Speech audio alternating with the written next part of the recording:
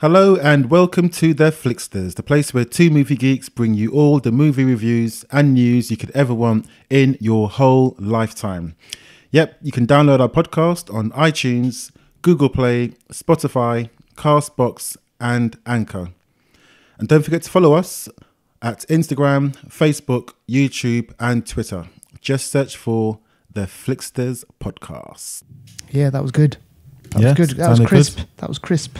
Crisp, like Walkers. Yes. Okay, you don't get any more crisp than that. Or maybe it's Lay's, isn't it? Actually, international Lay's. Yeah. Lay's in America, isn't it? Yeah, and everywhere else, actually. I think. Know. It's just here, isn't it? Yeah. Walkers. Because we like to walk and queue. Yeah. Those lame Gary Lineker adverts.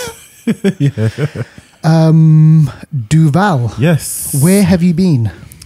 Where have I been? What have you been up to? I have been warping across different parallel multiverses. Okay. Trying to find the answer. What, to Infinity... the Infinity Wars. Part 4. Trying to find out what's going to happen in part 4. And I have found out...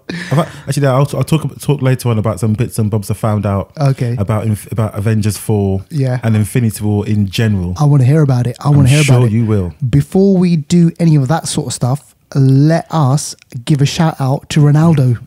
Ronaldo? The footballer. The Ronaldo Luis Nazario de Lima. Yeah. Brazilian footballer. Of course. Ronaldo. Isn't that who you're talking about here? Oh, no, we're getting them mixed up. Okay. He's just got as much skill. Jonaldo. Okay, yeah. So big shout out to Jonaldo. Yeah. His real name is... Actually, what's his... You know what? John. I've always called him Jonaldo so long, but I thought his real name is Jonathan. Jonathan just sounds weird. Yeah. Sorry, Jonathan. But yeah, Jonaldo, he's a friend of mine actually. He's actually I've worked with him in the past, short films. He's a music man. Oh, wicked! He is a music man. He does score for films. Yeah, does like music beats, anything to do with the arrangement of audio acoustics. All right, here's a question for Jonaldo if he's listening. Can you tell us what you thought of the sound engineering of First Man? Oh. Give us your thoughts on that. Give us kind of like a professional, perspective. What did you think about it? The rattling, the nuts and the bolts, because I thought it was amazing. Okay. Oh, yeah. Ask him. Jonaldo, you hear that? Jonaldo, his company's actually called N7 Productions. Wicked. N7, which is actually his birthday. Yeah. Which is, it's good. You always remember his birthday. Exactly. November the 7th. November the 7th, yeah. N7 Productions. So yeah, Jonaldo, let us know about the sound in First Man. Yeah, man. Yeah? Okay. All right. So thanks for that. I was going to call you Ronaldo. You can. I got the skill of it. I'm Devaldo. No, I'm sorry. Don't get mixed up. Exactly, Devaldo. All right. Deval, this week, right, there's so much movie news going on. There is. And let me just scan through this. What have we said about... Oh, okay. First things first. Are you up to date with The Walking Dead? I am actually. All right. I'm glad you brought it up. Do you know what's happened here? Yes. Can we share anything on this? Can we spoil it? Because I'm like to give a spoiler warning because I think some people, I think The Walking Dead for the past maybe season or so, it's been a bit up and down. So a lot of people haven't really been that quick to watch it, and I've been one of them. Yeah. But I think going forward, I will make sure I watch it now every Monday because the big news. Well, actually, we knew about this big news from. It was announced. It was announced ages ago. Yeah, we were there first. So Andrew Lincoln said, "You know what? I'm done with The Walking Dead. I'm not AKA Rick Grimes. Rick Grimes. I'm not going to be in the show anymore." And then there was this whole thing about, right, okay, how's he going to go? Is he going to die? Blah blah blah blah blah. Well, they solved that issue on episode 5. Yep. Episode 5 or 6, which was just recently. Yeah. And something happens in this episode, and everyone on Twitter took a sigh of relief. Okay. All right. Everyone took a sigh of relief because it's opened up a whole new thing. And that thing is, can I say it? I want to say it. Spoiler warning for the next, I don't know, minute or so. All right, 2 minutes, guys. Listen, just Andrew Lincoln. Double click the screen, go forward. Scott Grimes is never going to be in the Walking Dead TV show ever again. That is it. Yeah. However, he has signed a 3-picture deal with AMC. Right, so make of that what you will. I'm not saying anything. If you haven't seen that, you just said it. It could be flashbacks. It could be like, who knows? But anyway, he's gonna be. He signed a 3-picture deal with AMC, and we will see Scott Grimes again. Yeah, because I don't know if anyone watches Talking Dead. Yeah. And that show, Scott Gimple, who's the sort of showrunner, or he was the showrunner for Walking Dead. It's now Lucy Kang, I think her name is. Maybe I'm getting the name wrong, but I think you're right. She's the showrunner for this season. But yeah, so Scott Gimple spoke about how AMC, The Walking Dead, are going to take things off into everyone is trying to replicate the Marvel Cinematic Universe. AMC now want a piece of the pie. Yeah. They are going to create content for the content relating to The Walking Dead, whether it's in the past, whether it's the present, whether it's the future. Yeah. But it's all going to intertwine and it's all going to coexist within the Walking Dead world. So yeah, Andrew Lincoln, aka Rick Grimes, is going to be a part of that, and who knows who else is going to be a part of that. Who knows if Fear the Walking Dead, we know what's his name, he's gone over to Fear the Walking Dead, one with a stick. Lenny James. Yeah, he's British born. He's gone over there to Fear the Walking Dead, to go over on that side. So yeah, but I mean, just talking about the last episode as well, just a sort of a quick again, spoilers, guys. If you haven't seen it, let's skip ahead for the next minute. I'll do this for a minute. But yeah, so great episode. Obviously, we saw Rick Grimes. We saw what happened with him. Yeah. We didn't know if he was going to die or live, and they did it in a very clever way. I'm not even really spoiling it, but did you notice what happened at the end of the episode? What? Have you not seen it yet? No. What? Are you going to watch it? Of course, yeah. I'm going to watch it. Then what, I can't say it. What there was? Oh, what, the helicopter? The helicopter, but there's also there's a change in pace. There's a change in. I'm not going to spoil it because you haven't seen it, but there's a massive change. Yeah, and make sure you watch it to the end of the episode. Yeah, because I've got them all recorded now. When I saw it, I was like, yes, The Walking Dead is back. So that means it's more killing and it's just The Walking Dead is back. That's what I'm going to say. So guys, I didn't spoil it. The Walking Dead is back. Wicked. I can't wait for it. Seriously, I've got them. I just got to watch them. When you get a chance, watch them. All right, now remind me who again is Mike Flanagan. Mike Flanagan is the person who recently the sort of showrunner, creator, director of The Haunting of Hill House. Right. Yeah. Okay. And he just obviously that's on Netflix at the moment. Great series, guys. I really recommend watching The Haunting of Hill House.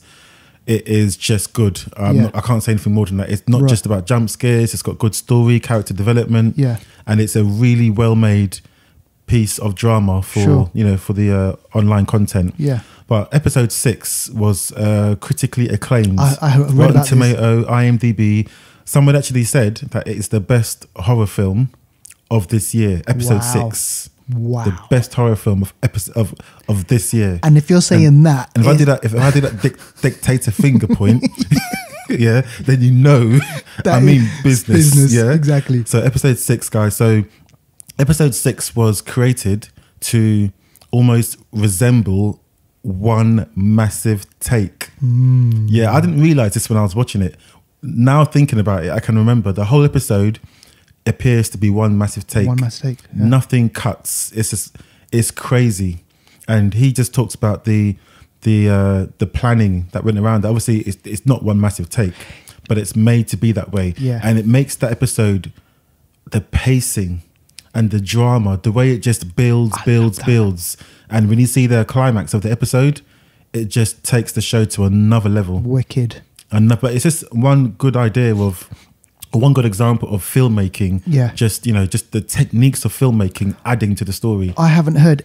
Listen, all I've heard is just good news about this show. Yeah. That is, no one has said like, it's a bit slow and everything, and that just makes it sound even better. Yeah. So episode 6. Yeah, episode 6. Literally. And just quickly, is it a type of show where you have to watch it from episode 1 all the way through, or can you pick it up on? Nope. Say I started off at episode 6. Then you'll be a donut for doing that. You'll be a donut. I'll tell you something. Yeah, I started watching this. I got to episode 1, episode 2, and I admit I was kind of on my phone a couple of times because at that time I was talking to some people and I was getting distracted. Yeah. I made that mistake, and then I realized, you know what? This show is really good. And the way the show is, it goes back and forth in time. Right. You cannot get distracted. So I actually started again. Right, you watched it again. I rewatched it from episode 1. Sure. I didn't distract myself while I was watching it.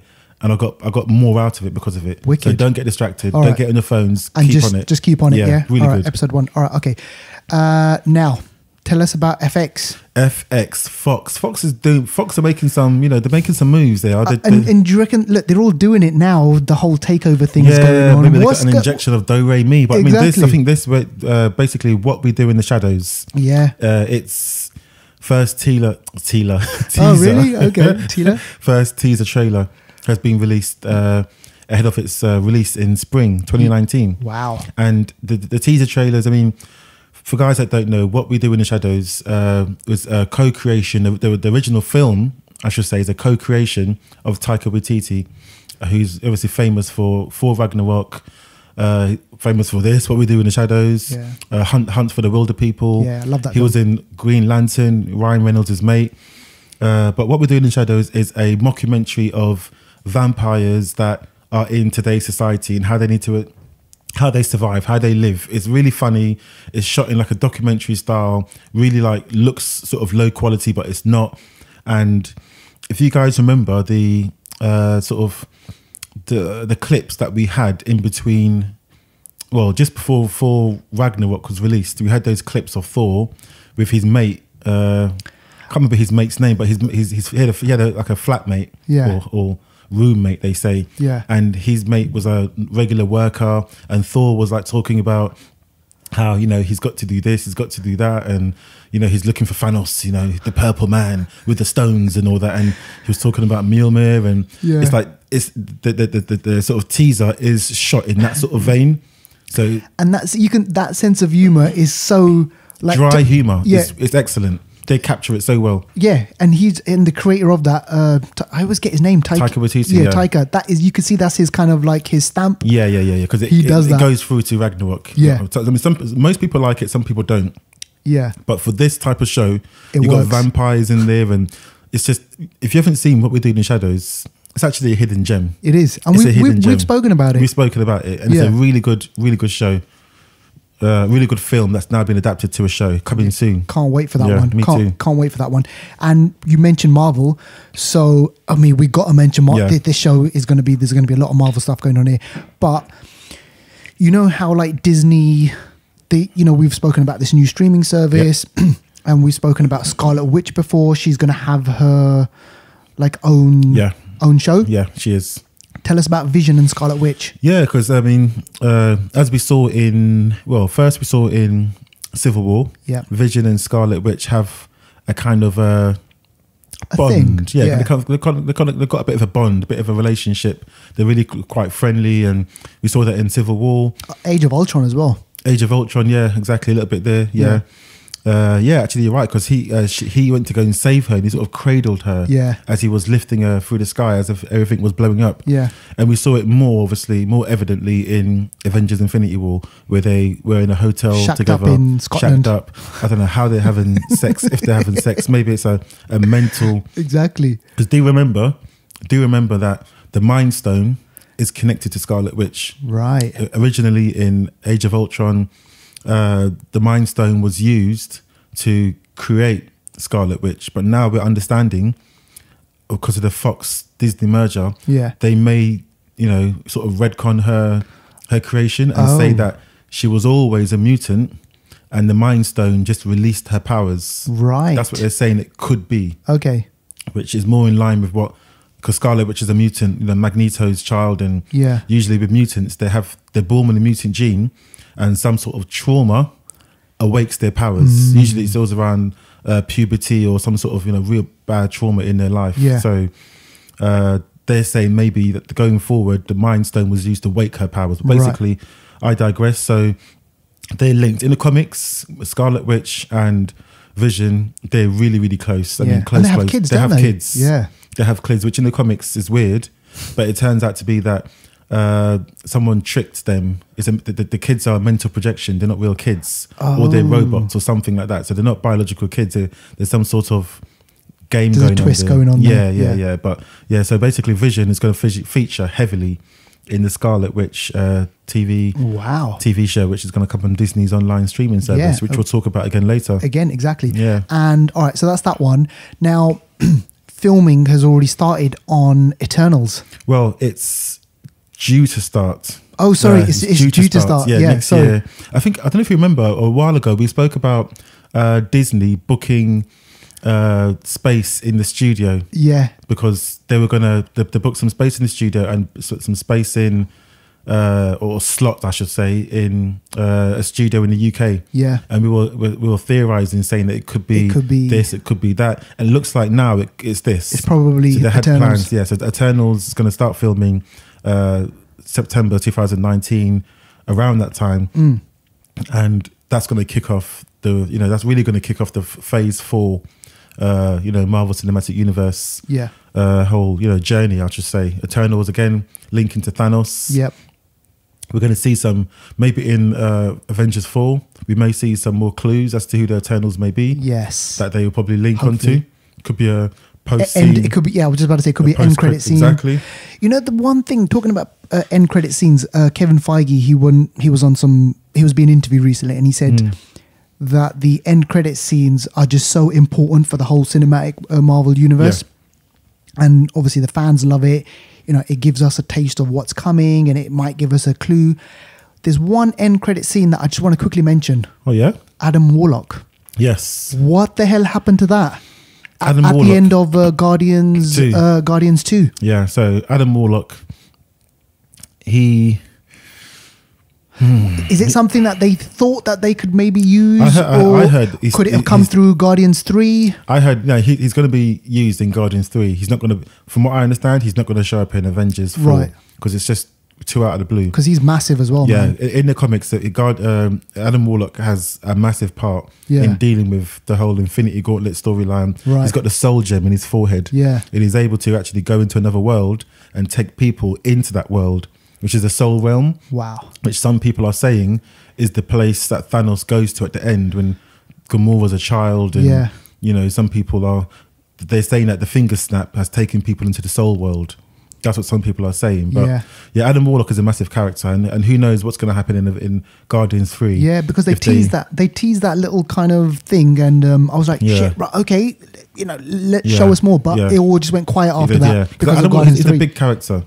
He's a massive. Adam Warlock is a big character. He's like just when he's around, he should be one of the main focuses. Right. Okay. He's also got an alter ego called the Magus, which is the evil side of Adam Warlock. Right. Which I think if he is explored in Guardians 3, maybe the Magus may come out of that side as well. Right. Okay. And bit of pressure for Ryan Coogler. Why is this? Yeah, I mean he handles pressure like he's a young guy. I don't think he's even 35. I think he's 33. I think he is, or 32. I think he's 32. Yeah, right, I think he was 31 when Black Panther came out. Right. He's a young guy, successful, and what a project, man. Yeah, Black it's Panther crazy. Yeah, so basically he's returned to direct and I believe co-write Black Panther 2. Yeah, which I mean the pressure it's like similar pressure to Guardians 1. Guardians 1 was a masterpiece of cinematic. Comic book, like even comedic, filmmaking. And the pressure was like bringing these bunch of characters together, and then doing it again. Exactly. Which Guardians 2 is a good film, but it's not better than Part 1. No. So Ryan Coogler realizes that Black Panther was an anomaly. The hype. It wasn't meant to be as good as it was. I mean, they tried to make it good. They worked on it. They invested in it. But even they didn't think that it would be that good. It's $1 billion, $1 billion or whatever it is. Yeah.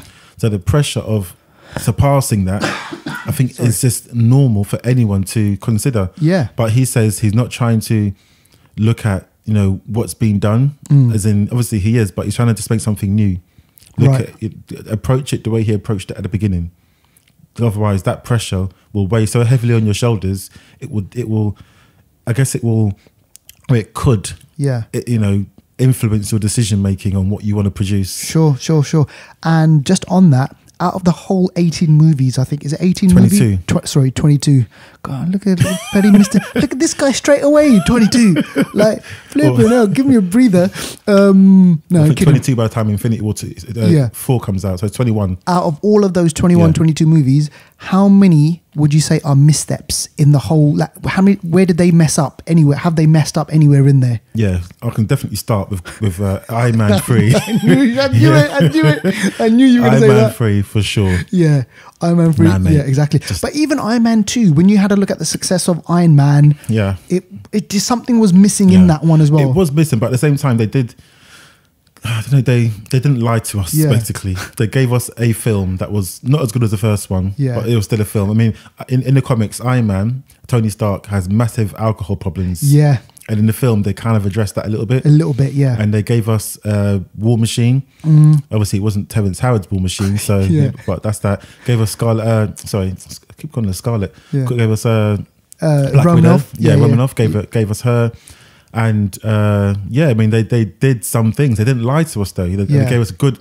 Iron Man 2 gave us one of the best post-scene credits. Yes. Of all the Marvel films, one of the best. One, I think, for me, top 5.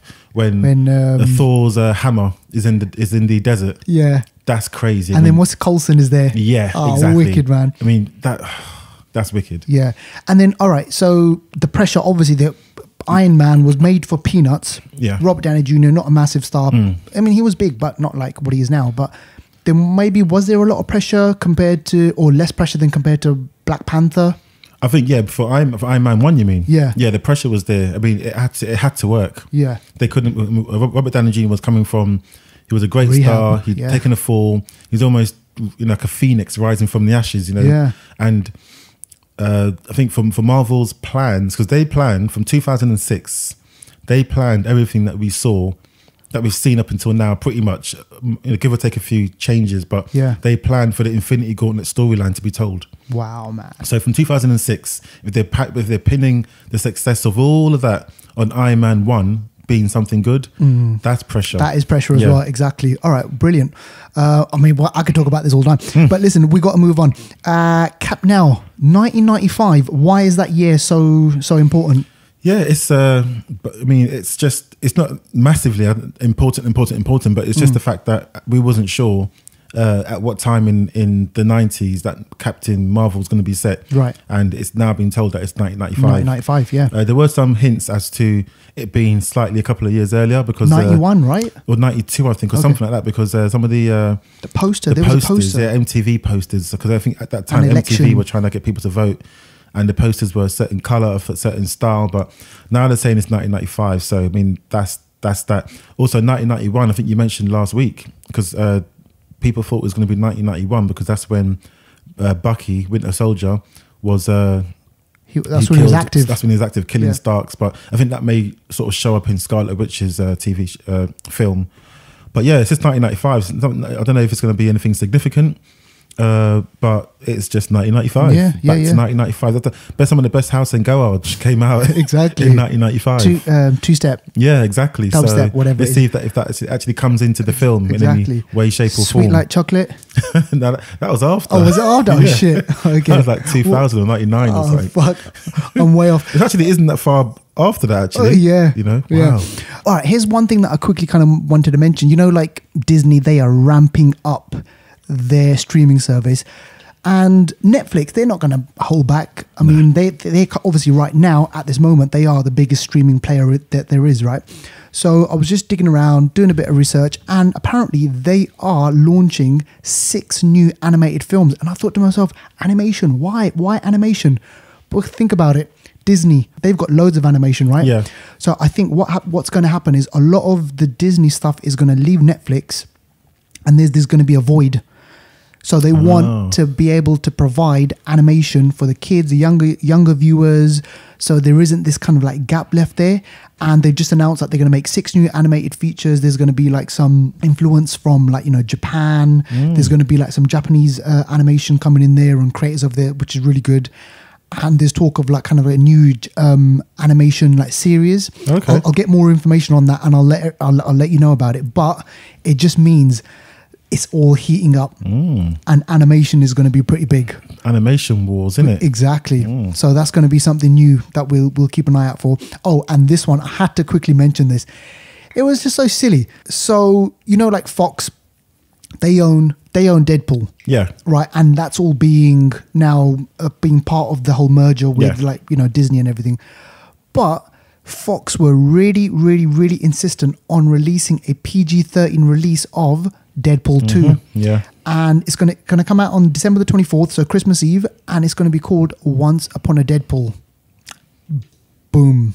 I know, I heard that. It's just like, exactly. So I get it. They want to make extra money.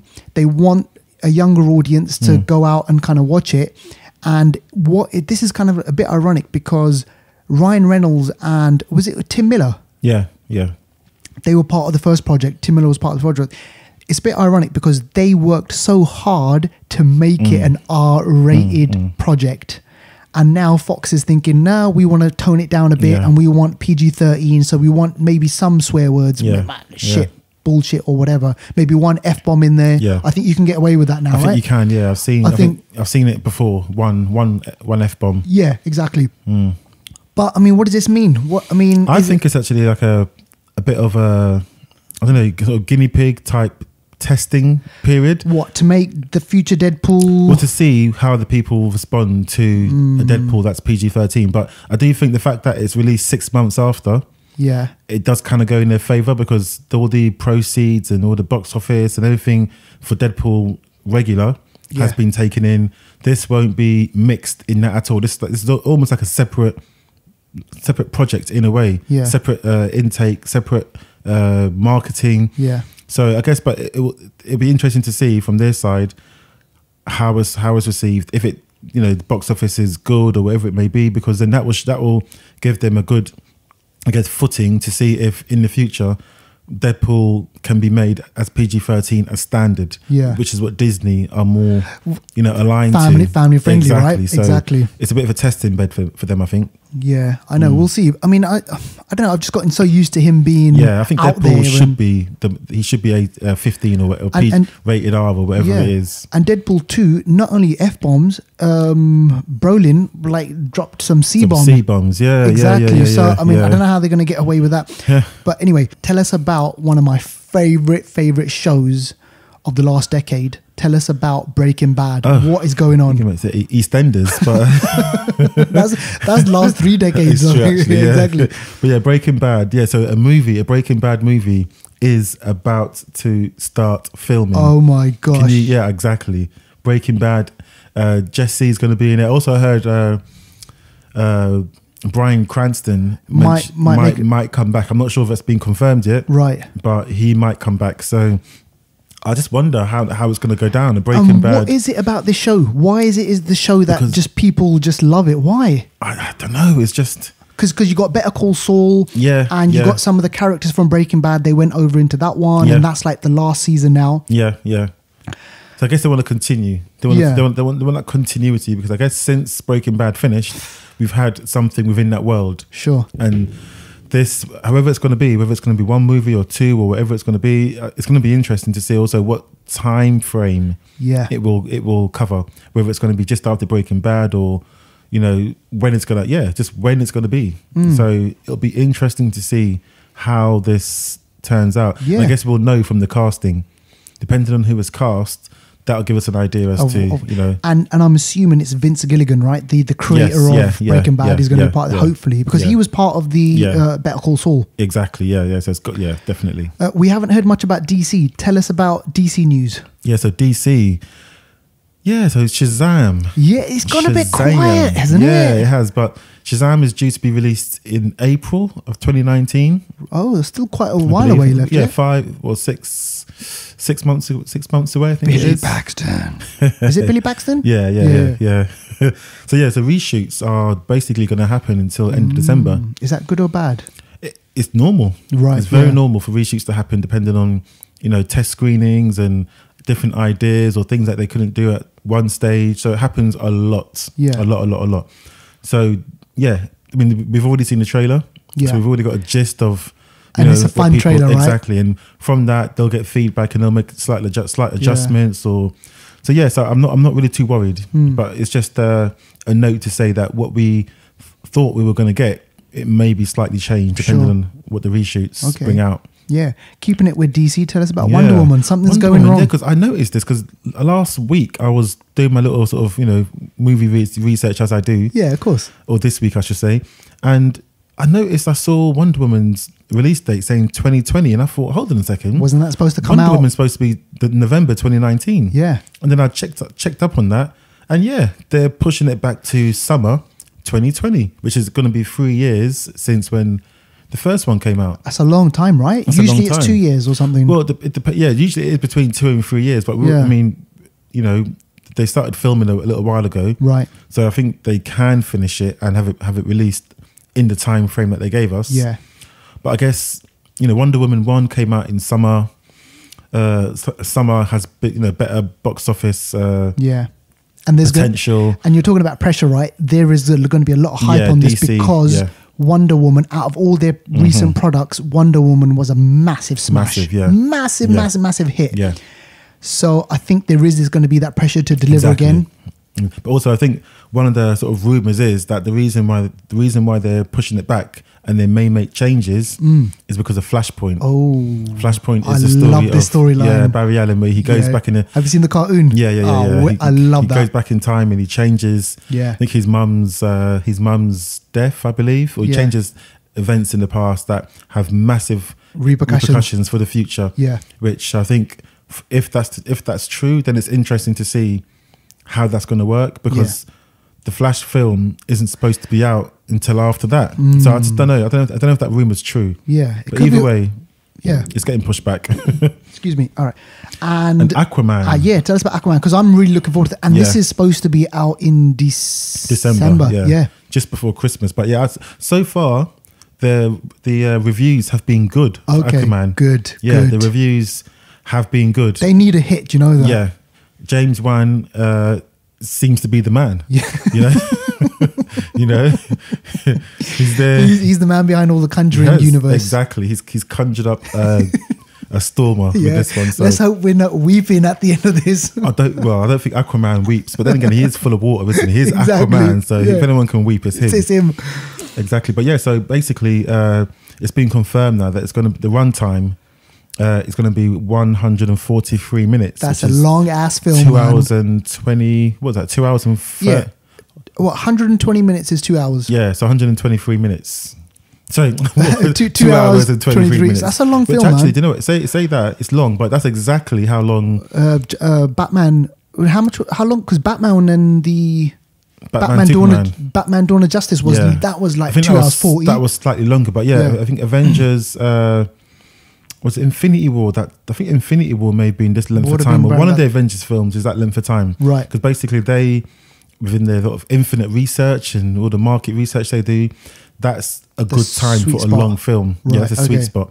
That's actually just above the sweet spot, because I don't know if you remember when the Justice League was released, that was meant to be 2.5 hours. Yeah, and the studio they cut it down to 2 hours and 1 second, because they believed that for the attention of the audience and for it to be the most, to have its most maximizing effects, they wanted it to be under 2 hours. So they cut Justice League under 2 hours because the studio thought that's the best thing. Yeah. And now, look at that, the film's going to be more than 2 hours. Exactly. So it's almost like the dickheads that changed it didn't know what they were doing. And it's so funny that you should say that, because just recently, who was the director of that one? Of Justice League? Yeah. Well, it started off being Zack Snyder. Right, Zack Snyder. Joss Whedon. Joss Whedon took over. And Zack Snyder, he keeps teasing these things about there being like an extended cut out there, and there's more backstory. Yeah. Maybe one day we'll see the light of day of that. Maybe. All right. Okay. So, now, how do you like your bedtime stories? Yeah, your bedtime stories. Your what do you think of Hansel and Gretel? Hansel and Gretel. Yeah, I prefer just to have Gretel. But tell me about Hansel and Gretel. Hansel and Gretel. Yeah. So it's been done for many years. Yeah. And the most recent one was 2013. I want to say 2013. Yeah. With Jeremy Renner and Gemma Atherton. Yeah, Gemma Arterton. Arterton, that's the one. Yeah. and that was okay. I've seen it. It's actually not bad. It's okay. I didn't see it. It's okay. Again, Jeremy Renner's shooting arrows. I mean, he's just playing an extension of exactly. Hawkeye, right? Exactly. But yeah, so this one is going to be a new retelling, and it's actually meant to be a lot darker, and it's set to star child superstar. Was she a child? Well, young lady, Sophia Lillis. She's the one that played the redhead in It. Right. Yeah, she's really good. So talented. Exactly. So she's set to play Gretel in this, and it's actually directed by Osgood Perkins, who is the director of one of our hidden gems, The Black Coat's Daughter. Oh, It's so funny how things connect, because I watched The Black Coat's Daughter, and I'm going to talk about that later. Yeah. I'm gonna anyway. I haven't even heard of that. Neither have I. I heard about it on some random research I've done. Yeah. I watched the film. I'm gonna let you know about this film later let on. us know about and that. It's funny how I'd watched the film, and then I was doing my research, and then her name popped up. And then Osgood Perkins' name popped up again. I was like, hold on a second. It's like the universe is trying to tell me something. Yeah. Because I would have had no the name of the Black Coat's Daughter would have had no, like, it would have meant nothing to me. Exactly. If I didn't watch it. But now it means everything to me. Oh shit. So now watching A Black Coat's Daughter, if that director is making Hansel and Gretel, I'm looking forward to that film. Trust me. Yeah. That's going to be good. All right, now tell us about Finn and Shuri. Finn and Shuri, otherwise known as what's his name again? John Boyega and Letitia Wright. So they are set to star in a new sci-fi called Hold Back the Stars. Yeah, and it's a sci-fi romance. Yes, exactly. So it's gonna be. I think they are in talks at the moment. So they haven't started filming yet. But yeah, so it's gonna hopefully start filming next year, a 2020 release, hopefully. But yeah, it's just good to see Finn and Shuri, who are Disney, I guess, products. Yep. Finn being Star Wars and Shuri being Black Panther, both Star Wars. They're both actually from I think East London, I believe. Yeah, they're both Londoners anyway, and they're both they're both talented performers, and I'm pretty sure they both know each other from the work they've done in the past and so on. So yeah, it'd be good to see them two get together in the stars. It's meant to be like it's not going to copy in any way, but it's meant to like what's that film with Star-Lord and Jennifer Lawrence Jennifer Lawrence, the Passengers. Yeah, so I guess you could take some, if you're looking to maybe compare it to anything, sure, it maybe could be like that, but who knows what this environment's going to be like. So yeah, let's wait and see what happens with this one. We'll keep the people informed. Exactly. You know what we do, Flixters. Exactly. Now look, we've teased this ourselves about this streaming service that's looming, that's coming by and everything. So it was just announced just recently. So CEO of Disney, Bob Iger, he announced that the new streaming service is going to be called Disney Plus. Oh. Disney Plus. Okay, and just to reel off this, I mean, I was just kind of like reading this. So he's basically turned around and said... He actually turned around and said... He turned around and said to me... He wasn't already facing you. No, he turned around. Like, hey, this is what's going down, everyone. It's called Disney Plus. It's going to be, like Netflix is broken down into categories, like romance and all that sort of stuff. No, this is different. This is going to be broken down by studios. So... What? Marvel, you got your Marvel products, you got your Disney products, you're going to have your Pixar stuff. So it's broken down in totally different ways. DreamWorks, all of that stuff, man. So if you want to see a Marvel film, you got your 21 pictures there, or 22, whatever it's going to be, right? Oh, and talking about Marvel films, the first film to be shown on that streaming service is going to be Captain Marvel. So it's not going to be on Netflix anymore. So goodbye Netflix. Okay. Goodbye Netflix. So Luke Cage, all that sort of stuff for the moment is still going to be on Netflix. But at some point the rights are just going to go away and they're going to be on this new thing. But listen to what he turned around and said. So this is what they're bringing out. This is what they're bringing on. Jon Favreau's The Mandalorian. Yeah. Oh yeah. Looking forward to that. Right, that's going to be on there. A new prequel. Do you remember Diego Luna, his character in Rogue One? And again, I'm going to talk about him later. Oh shit, boy! There's going to be a second live action Star Wars series starring Diego Luna. Remember he played, what was it? Cassian Andor. Yeah. That was his name. So he's going to have his own show. So like Rogue One, pre-Rogue One. Exactly. So a prequel. Because they need, because that I like, Rogue One has been one of my favourite Star Wars. It was brilliant. I love that one. I love the way they ended on that one. There's going to be a new Clone Wars. Yeah. So they're gonna have that on there. And obviously episode, what is it? 9 is going to be on there, and then any future stuff is going to be on there. Obviously, we got Tom Hiddleston as Loki is going to be coming on there. Captain Marvel. We are going to have High Fidelity. Do you remember this John Cusack film, High Fidelity, which is based on a Nick Hornby book, which I've read, and that's based in England. They're going to shove that on there. Monsters Inc. series, High School Musical series, Lady and the Tramp. Damn. Exactly. The Parent Trap, Honey, I Shrunk the Kids, Father of the Bride, Don Quixote. There's going to be Toy Story 4. What? Yep. Mighty Ducks TV series, and a show called Stargirl, but not the DC one. Okay. I don't know what this is. Muppet Show. There's going to be Muppets. Exactly. There's going to be just so much stuff, and there's rumors that the price of this is going to be between $8 and $14.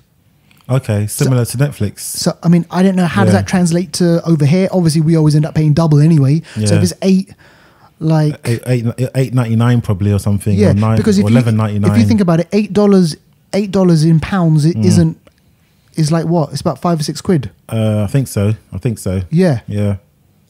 I think Erica can tell us. Erica, get in touch, please. But anyway, look, it's going to be big. They're ramping up. They're going to have loads of the stuff that we like, all the Marvel stuff, the Star Wars stuff, and like Pixar stuff and whatever. Oh, yeah. Interesting. Exactly. Damn. Okay, and then the last bit of news. Yeah. H.G. Wells' War of the World. We spoke about this. Last week. I think last week we said Orson Welles or something. Yeah, exactly. It's too many Wells, man. Too many Wells. But so H.G. Wells' War of the Worlds TV show is being developed by Fox again. These guys. Fox keeps coming back. And that's going to probably end up on the Disney streaming service anyway. But they're also working with Canal Bleu. So you mentioned Disney Bleu. Now it's Canal Bleu. And they're big players in France, right? I used to love... they make all sorts of films. I know. Yeah, French films, French-Canadian films. Yeah. And sometimes I used to watch films, and at the end, if it said Canal Bleu, or at the start, I thought, oh yeah, this is going to be a good film. I know, Canal totally. Bleu. I used to... I love a bit of Canal Bleu. You don't say Canal Plus. No, mate. Canal Bleu. Because that's where, that's how they say it. Exactly. Come on, man. Yeah, exactly. So it should be interesting to see how they do this as a TV show. I'm really looking forward to this because like we said before, we said about the whole Leo DiCaprio thing and like H.G. Wells. It's a classic. It's literature. It's like people know it. I mean, you've read it. I love what ladies and gentlemen, what you didn't see there was when as soon as I said that, Deval's eyebrows just went. I can't read road signs, man. I can barely read this program. I don't know how I even put it together. I love it. But yeah, so the last War of the Worlds we got was Tom Cruise, isn't it? Spielberg. Was it Spielberg and Tom Cruise? And Dakota Fanning, I think. That was it. That was the most recent War of the Worlds we've had. So yeah, they're going to jig it up. It's about time. And how did that one? I can't remember how that one, whether or not that was a hit. It must have been. I think so. Yeah, I think I went cinema for that one. It's quite interesting, that version. Yeah, it was quite good. But cool. Right. Yeah. So yeah, that's the news. That's your lot, ladies and gentlemen. Now let's move on to the box office top 10. And whoa, there's new entries and there's some unsurprising ones in there. Yep. But the one thing that I want to quickly just say is at number 10 is a new, I think it's Mike Lee. It's a Mike Lee film called Peterloo. And this film... Peterloo. Peterloo. Peter's going to the loo. Yeah. So this film, when it was kind of shown at the film festivals, standing ovation. Like seriously, people clapping. Yeah. No, it wasn't, but basically the opposite of the house that Jack built. See now, of the two, I more want to watch a film where people walking out because they're disgusted, exactly, because of their grotesqueness, rather than people standing up and clapping. Clapping for this That's one. how sick I am. So that's in at number 10. and I'm not sure if it's going to stay in the top 10 because it debuted at number 10. Yeah, it's out. It's out. But yeah, we're going to hopefully try and watch that one. Okay, number 9, I reviewed this last week, which is Slaughterhouse Rules. And I mentioned it. I said it's not going to stay in the top 10 for long. It's already at number 9. I think it's on its way out. Yeah. If you want to, listen to what we thought about that one, go check out episode number 24. Yeah. Oh, shit, man. Yeah, so go check out 24. And still in the UK box office top 10 is Venom. Yeah, Venom. Still there. Still Half there. a million for the week. 19.5 altogether. Sound film. Yep. I know someone that went to see it last week and they really liked it. Yeah. So I really like it as well. Yeah, good film. Okay, at number 7, still got the Halloween bumps going on. It's taken 8 million overall. It took under 800 grand just this week, and it's Halloween. It's Halloween. It's there. Still making its money. Exactly. Go listen to the review of that in episode 23. And number 6 is Goosebumps 2, Haunted Halloween. Wow, it's still in there. It's still in there, and for the kids love it. Yep. But This next film, I just can't believe it. It's taken 16 mil, and it's Johnny English Strikes Again. What the hell? He's Johnny English by name and he's English by nature. And I think only in this country it'll take that much. But I think around the world, maybe Australia as well, they like him, Yeah, bumbling. Johnny, what's his name? Johnny Bean. No. Yeah, Jim. No. Mr. Bean. Mr. Bean. That's it. Yeah. Okay. Rowan Atkinson. Rowan Atkinson. That's it. So number 4 is Smallfoot. Yep. Which we haven't seen. Nope. Number 3 is the Nutcracker and the Four Realms. I haven't seen. Sounds interesting though. Four Realms. Doctor Strange-ish.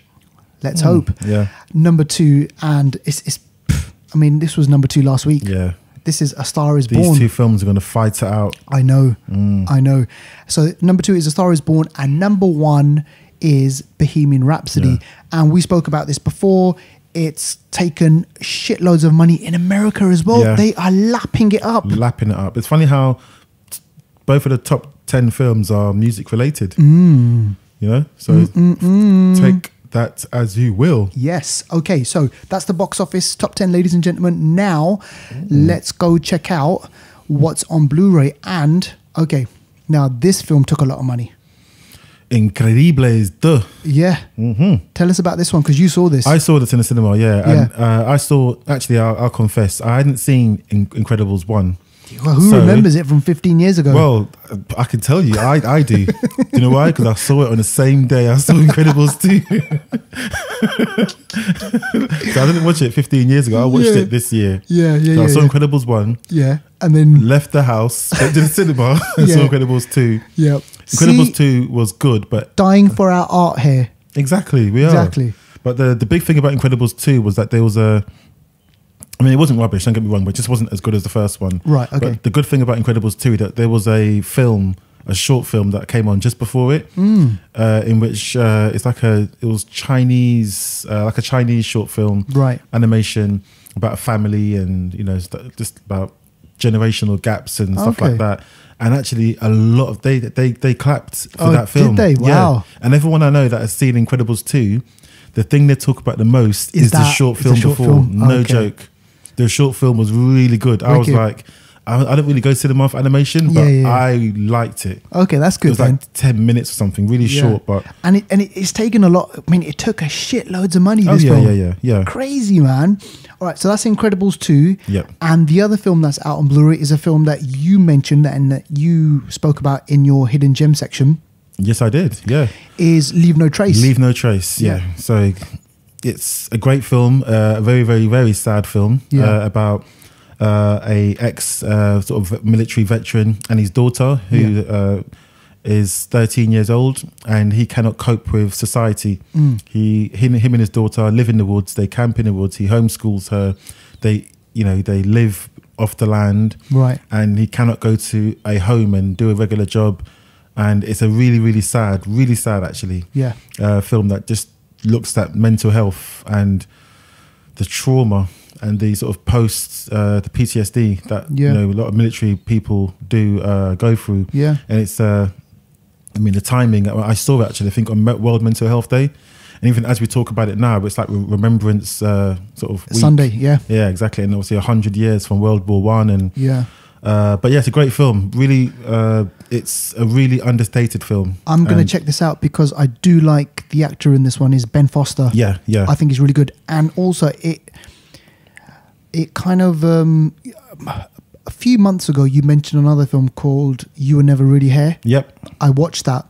You watched it, yeah. I watched it, and you know what? I thought it was a great piece of filmmaking. You see a bit of the Joker in him, didn't you? Yeah. You know, this guy is going to be brutal. Well, in that movie, he's brutal, and I don't know why, but Ben Foster and Joaquin Phoenix, especially in You Were Never Really Here, they kind of have this kind of similar vibe going on. This really dark, brooding, like understated performance. So I'm going to check it out. So definitely. And ladies and gentlemen, you should check it out as well. And also, do you know who? Remember Alyssa Mackay, who actually played a character within the film? Yeah. Gave us a shout out when we mentioned the film on Instagram. Yes. So yeah, great.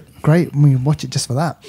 All right. Okay. So now let's have a look at streaming and trailers. So what have we got coming out soon? Yes, the upside of this is the upside. That's what it's called. And the trailer came out recently. I watched the trailer last week, and the upside is it's I don't know how to describe it. It's a uplifting story of a man who has to look after another man who's in a wheelchair, and he can't take care of himself at all. Bryan Cranston. And it's a remake of a French film. Yes. Yeah. Bryan Cranston, and the man that's looking after him, Kevin Hart. Is Kevin Hart, exactly. And you know what? I saw the trailer. Obviously, Kevin Hart being in the film means there's going to be some kind of funny, laughs and stuff. But I think it's going to be different. Exactly.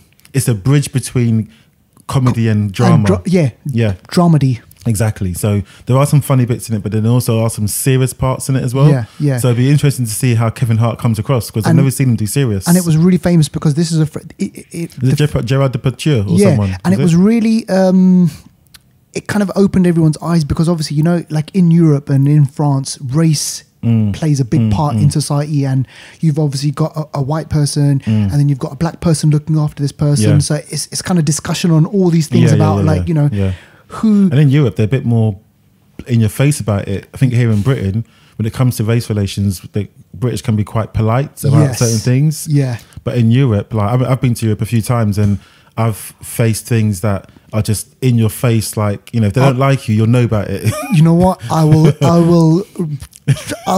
concur. I will concur. I'll be like, yeah, definitely. And especially in France. I've been to France a few times. They don't mess around, man. So, and I think that film did really well in France because it opened up a lot of people's eyes, and hopefully it'll do the same for, Americans as well. Yeah.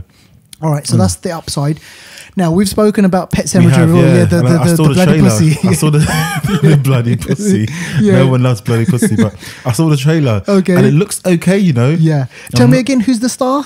The guy that was in, he was the bad Terminator in the recent Terminator film that had Khaleesi and, what's it called? Terminator Genesis. Right. He's Australian. Is he Australian? Oh, okay. And he was in... Clark. I think his name's Clark. I don't know what his name is, but yeah, he was also in the Planet of the Apes film as well. That's the last one. Yeah, but yeah, he's in this film. Jason Clark. Yeah, among others. But yeah, it looks okay.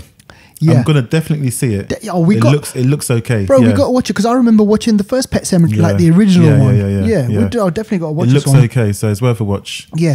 Now this is a big movie because the next film that we're going to quickly just mention now. It stars Will Smith. I can show you the world. Oh wow! See, look at the singing. A whole new world. What film are we talking about? We are talking about Aladdin. Yeah. And so you got Will Smith plays the genie. Oh, okay. And tell me, like, they've got some new... I didn't know that, Yeah.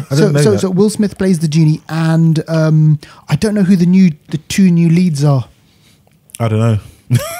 Yeah. I saw the trailer. It was a teaser. So I saw the Aladdin guy, but I don't know who he was. He looked like a sort of like an Omar, younger version of Omar Isaacs. What's his name? Yeah. Isaacs. Omar Isaacs. His name is. Yeah, it looks like a younger version of him. Yeah. But obviously it's not him. But yeah, it's just, I think sometimes it works out that he's not a massive household name. Totally. And but the trailer showed him sort of finding the lamp. The lamp. Yeah. What's it called again? Is it called a genie's lamp? Is that what it's called? Yeah. Just a lamp, isn't it? Yeah. So he just sort of found the genie's lamp, and he was just about to touch it, and obviously, but I don't know if it's going to rub it. Yeah. You know, but Well, all right. Okay. I'm a bit of a genius. Like, you know, rub me and I don't want to know what happens. something comes out.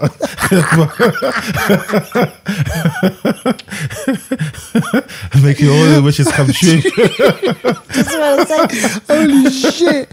Whatever happens, we don't want to be rubbing you about. No, but I was just going to say to you, 3 wishes. Come on, quickly. 3 wishes. What would you wish for? Quick. More wishes. No, you can't do that. No, you cannot do that. It's got to be something. You got to use them up. Okay, go. Okay. So £1 trillion. Okay. Yeah. Right.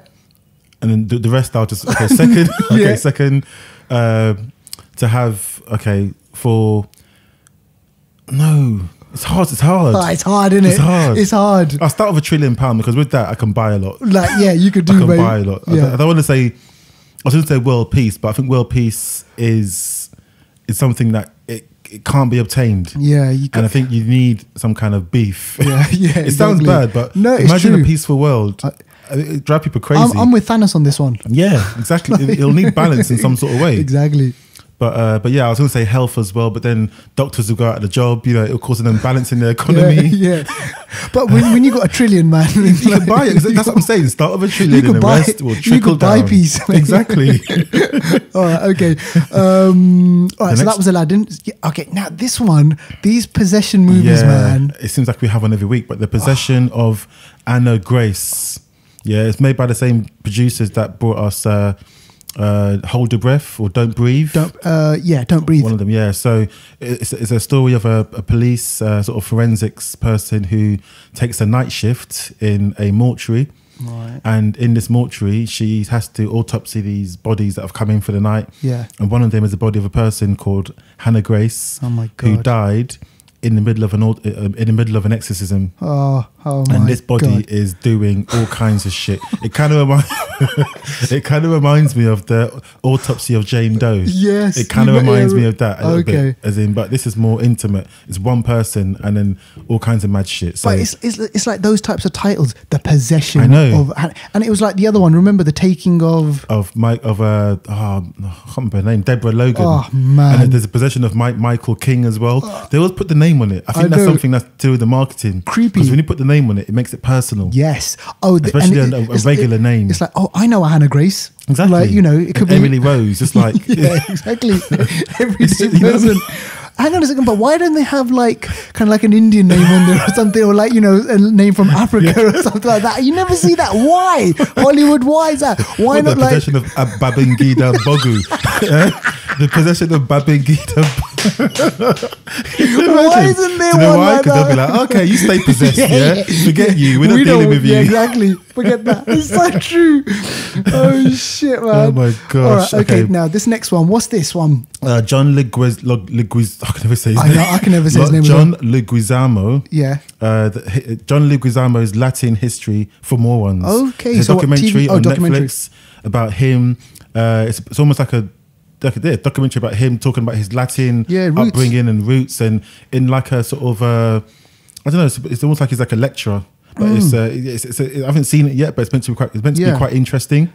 And it's just him basically. Yeah, and remind us again. This actor. He's been John making. Leguizamo. He's been around for years. God. Spawn, 1999. John Wick. He was in recently. Yeah, exactly. He's been around for yonks. Carlito's Way and Yeah. like, you know, he's been Yeah. loads of stuff. Lots. Man. He's Colombian, I believe. Yeah. Yeah, like really, really stuff. Now, Green Room. What's this? Green Room. It stars the unfortunate actor who passed away, who was in Star Trek. Yelchin. Anton Yelchin. Yes, him, yeah. So Oh it's a man, crazy- tragic. Yeah, yeah, it's a how crazy- he passed away was Exactly. like really so strange random, as well, but yeah. yeah. But it's a film that's it's meant to be quite brutal, quite bloody. But it's a What, film. horror? Yeah, but a horror film. Okay. I've not seen it yet, but it's one of them films that I know I need to see. Yeah, It's about yeah. these people, I think they're musicians or something, and they're in this almost like a green room. Right. And the sort of tortures and stuff start happening, and they're meant to be really bad. Do you know what? I don't even know the story, but all I know Yeah. is if you like brutal, torturous, Yeah. random horror, Green Room. Green Room is the Yeah. one for you. Green Room. And just remind everyone again, where can we see this? Netflix. This is on Netflix. Yeah, Netflix. And you mentioned Diego Luna. Yeah. Did I take quick? You did. Diego Luna. See, muy bien. Mention his name. We'll mention his name again later. No, I didn't know he's in this. He's in this Narcos Mexico. Yeah. Yeah, he's in it. Wow. He's in it. All star-studded cast. I believe Oberyn Martell. I think Is he he's still in it? I think so. Okay. Or maybe he's not. We'll see. And also, I believe what's his name's in it as well from Crash and don't tell me our guy. And from Pena. Pena, yeah. Yeah, God. I believe he's in it too. Okay, I believe so. I think I've seen his face in it. Michael. Is it Michael? In Ant-Man and Wasp. Yeah, Can't what remember is his it? name now. Yeah. Oh, man. But it'll come to me. Yeah. So then also we have on Netflix as well. Okay, so that's on Netflix, Narcos. So Netflix, that's going to be released on the 16th. So what? That's just in a few days. that's like next week. A few days time, 16th of November. All right. And Salma Hayek. Sorry, I just had to say it. I just had to say it. A week later, we struggled to think of her name last week, and I just had to say Emmanuel. Yeah, Emmanuel texted me Salma Hayek. He texted me some Spanish cussing words saying she's cussing us right now. Oh, yeah, I used to love Salma Hayek, Desperados. Man. Seriously, man. And From Dusk Till Dawn. Yeah, Dusk Till Dawn, all that. Yeah, so she was the one that was in The Bodyguards, The Hitman's Wife. The Hitman's Wife. The Hitman's Bodyguard. Yeah. She was in that. She's wicked. That's I love it. her. Let's move on. Yeah. She-Ra, Princess of Power. Yeah, She-Ra. That's coming out on Netflix on the same, I think the 16th as well. Yeah. And that's just like basically She-Ra. You know, she's like He-Man's sort of opposite sort of thing. Yeah. And Mum-Ra is going to be in there? I don't know if Mum-Ra is a She-Ra enemy. I don't know, you know. I think Mum-Ra was Thundercats, isn't it? It's a different universe. You're talking about Skeletor. Skeletor. Yeah, Skeletor is He-Man. But yeah, I don't know who her enemy is, but She-Ra is meant to be good. Yeah. Yeah. So some more animation for Netflix, as you mentioned. Exactly. I think they need that. Yeah. And what's this one? The bisexual season. Now, I think I've heard of this one. Bisexual season 1. Bisexual is a TV show about bisexuals. Bisexuals. Yeah. Relationships and stuff like that. Okay, so and this is out on Hulu, right? Yeah. So I've not seen it. I've seen the advertisements and I've heard it's good. Yeah. But I've not seen it. All right. Okay. So yeah. So guys, that's coming out. Yeah, guys and girls. True that. Okay, there's one that I quickly wanted to mention, and I was like, why is this taking so long to get out there on streaming? But it's Peter Jackson's 2005 or 2004. 2005, yeah. 2005, King Kong. Yeah. Why is it taking so long? Because it's Kong. Yes. I don't know. Because you've got Kong Skull Island. Yeah. That's out on there somewhere. Yeah. But I really like this film. Yeah. When I saw this, I mean, it's long. Yeah, it's a long film. 3 hours something. It's a long film. He does long films, doesn't he? He always does long films. But I get it, because you want to get more bang out of your buck, and you know what? It's an experience, isn't it? It is. But also, I mean, Naomi Harris. Sorry, is that her name? Naomi Watts. Sorry, I don't know what Harris from. Yeah. There is Naomi Harris, isn't there? James Bond. That's the one. So so Naomi Watts is in this, and she's going to be in the long night. The long night, which we mentioned last week. Exactly. But also, I think one of the reasons, I don't know if it's to do with strategic sort of release of things, because obviously we've got the new Godzilla coming out next year. Yeah. So I don't know if this is somehow linked to that studio, because I guess they're going to have King Kong versus Godzilla in it. Yeah. In some point. So it could be so that they're trying to shape our minds in that kind of gear. So when to remind us. Exactly. So it could be linked. You know, there's all these strategies going on to make sure when film comes out, we're ready to receive it. Exactly. You know, it's that subliminal kind of messaging, you know? That is how clever the suits are. Yeah. Exactly. But they're more flip-flops now, them kind of guys. Exactly. But you know what? They're not going to pull one over us two. Nah, mate. Never. Nah, mate. The suits can't do it, bro. They can't do it. Nah, exactly. Just briefly, this film has been remade. Huh? This film has been remade so many times. Oh, King Kong? King Kong. Okay, I thought you meant Arrival. Yeah. Sorry. It's been done. And just recently, Skull Island. Yes, with Loki. Yeah, and Captain Marvel and Nick Fury. Yeah, look at that. All right, okay. And you were just talking about Arrival. Yep. Yeah, it's just been released on Netflix. Because it's currently on Amazon. So is it on both at the same time? Both on at the same time. Wow. And when I saw this, I was like, wow, this is brilliant. I mean, Arrival is one of my favourite sci-fi films. I love it. Our I have friend to see Denis. it 3 times to understand it. I And know. that's what I like about it. Yeah. The score. Oh. The science. The science that we cinematography still don't understand. band. I like the fact that we still don't understand it, because why should we? Exactly. And also a subject close to my heart, linguistics. Oh my gosh. Oh my gosh. The language, like the communicating, how would you do it? And you know, I watched the documentary on this, and they brought in real linguistics professors to kind of work out how they would actually do it. Yeah. Because it's not linear. No. It's not linear, and it's not in sort of the words and letters that we understand. Exactly. Why should it be? I know. Why do we think we've got the right to understand and, you know, and depict and decipher things that are above our station? You should be a politician. Don't get me started, you know.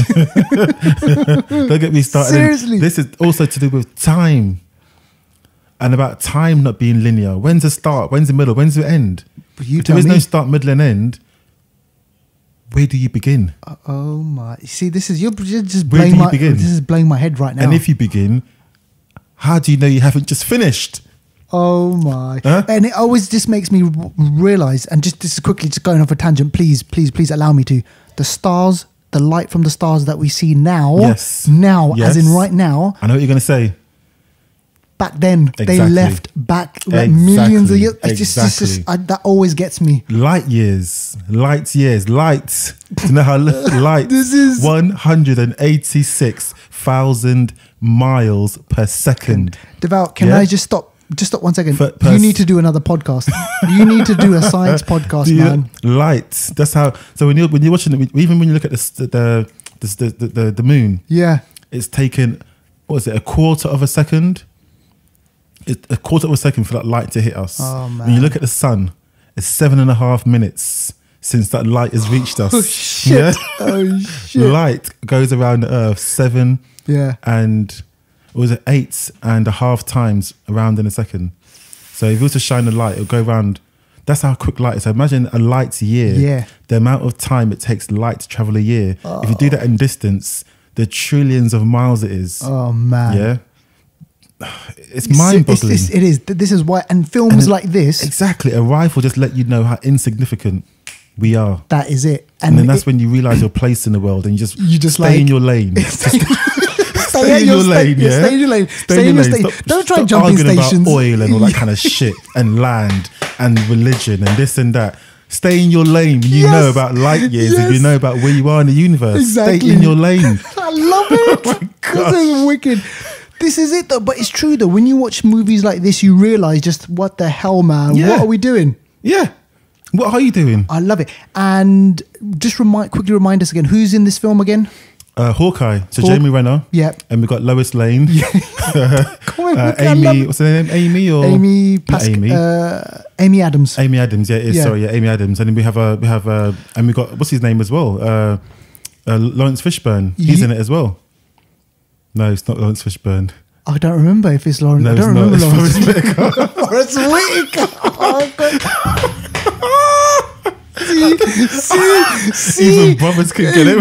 Exactly, ladies and Gosh. gentlemen. So I was thinking of Superman, like, because he's in Superman, isn't it? Yeah, exactly. But who was it? Hold on. But they got. I mean, Yeah, because Forrest Whitaker is Ghost Dog. Ghost Dog, Ghost Way Dog, of the the Way of the Royal Sam- Samurai. yeah. Yeah, wicked. But it's a great movie, Yeah. and it's Denis Villeneuve. Denis Villeneuve. Yeah. Villeneuve, and this guy can. I reckon Gangster. He can He's make remaking Dune. man. Exactly. Gangster. Love this film, Arrival. All right. Okay. So, ladies and gentlemen, go check them out. Just check all those stuff out. What we've just mentioned. Now, on Anniversary Corner this week, we have got. Now, you know what I tried to do? I mentioned a couple of films. I tried to go with a kind of end of the world scenario. Oh. Right, in some of the films that I chose. Okay. All right. So, for example. Oh, now I see it. I just went on a different tangent when I did mine. But no, but that's fine because but that's the beauty of Anniversary Yeah. Corner. Yeah, you know, yeah. you can bring Yeah. stuff to it. So I kind of thought to myself, all right, let me, introduce a film which I think humanity is kind of like in the distance now. Some bad catastrophes happen. And the first film that I want to introduce is this film. It's an animation film, and I don't watch a lot of animation movies. All right, so this is going back 2008. This is a Pixar film. This is Wall-E. Have you seen it? I haven't seen it. No. Bro, I didn't watch it until probably about 6-7 years later. Oh. Everyone was going on about, oh, you got to watch Wall-E, you got to watch Wall-E.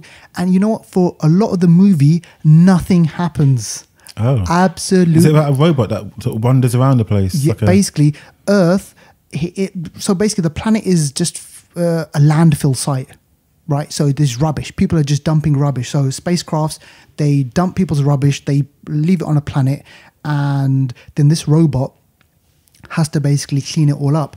And Duval, I'm not joking, it is the most sentimental, it is the most kind of almost heartbreaking. You see this robot cleaning up people's messes, and then the kind of the interactions that he has, and you know, he meets another kind of like robot. I'm doing a disservice. Serious? I am doing a disservice by explaining it that way. But for a lot of the movie, it's quite humanizing for a robot. You know what? And isn't that weird? How in inanimate objects, a robot, you see humanistic characteristics. You know, this robot, I mean, I say guy, but the robot, it shows emotion. It shows, you know, how we should really behave as human beings. Okay. There's a message behind it, obviously, about the waste. Yeah. Humans, like, for example, you especially, like, you throw away a lot of waste. And I'm joking. Listen, we all do. Like, you know, we buy, you know what? We buy shit, don't we? We buy and we buy and we buy, and where does all this stuff go? And what they're saying is eventually planet Earth could just turn up into some kind of landfill site. So that's kind of like some dystopian, dystopian kind of future where it could turn out like that. So I thought, you know what, I'm going to bring that to everyone. So it's been 10 years since that film's out. It's Wall-E. Go check it out. I think I'm going to have to. I've seen a short film actually that sounds a bit like that. Oh really? Yeah, a few years ago. It was a sci-fi. I think it won the because I used to do this 24-hour sci-fi film competition. Yeah. Or 48-hour. Yeah. And I saw a short film that reminds me a bit of what you just mentioned. Oh, okay. I can't remember what it was called, but it won the competition. Oh, that sounds good. Yeah. Yeah. So cool. Okay. Oh, and now tell us this film from 15 years ago. Yeah, 15 years ago. So SWAT. Yeah. 2003. It's a story about a SWAT team that basically, you know, got to fight crime, kick ass, and chew gum, and they're all out of, yes, I love it. I believe they're all out of gum. So you know, they got to kick ass. Tell us who does it star? So I put it on there for a reason, because it does star Michelle Rodriguez, who's actually in Widows, who we're going to talk about later. Yeah, LL Cool J's in it. Yeah, is Colin Farrell in it? Colin Farrell. Yeah, Samuel L. Jackson. Samuel L. Jackson's in it as well. Yeah, exactly. So all-star cast. And it's weird. I've always wondered, why did they name a film like, you know, abbreviated strengths, weaknesses, analysis, and threat? Why did they do? What does SWAT mean actually? Strategic weapons or special weapons and tactics. Something team, innit? Yeah, or tactical, or something like that. Yeah. America. Yeah. But basically, when regular police can't deal with the situation, SWAT team, they bring in the SWAT, and they are. They're said to be like kind of like pretty hardcore. They'll go in full force. I think it's American. They've got a lot of departments. They've got SWAT. They've got ATF. Yeah. And what's ATF stand for? ATF stands for something tobacco and firearms. Yeah. Or something like that. They got FBI. So FBI. Then you got obviously the CIA. You got so many different departments. I know, man. And the regular sort of blue collar cops. And and not only that, this is going back to when I was huge into my kind of like UFO stuff and alien stuff.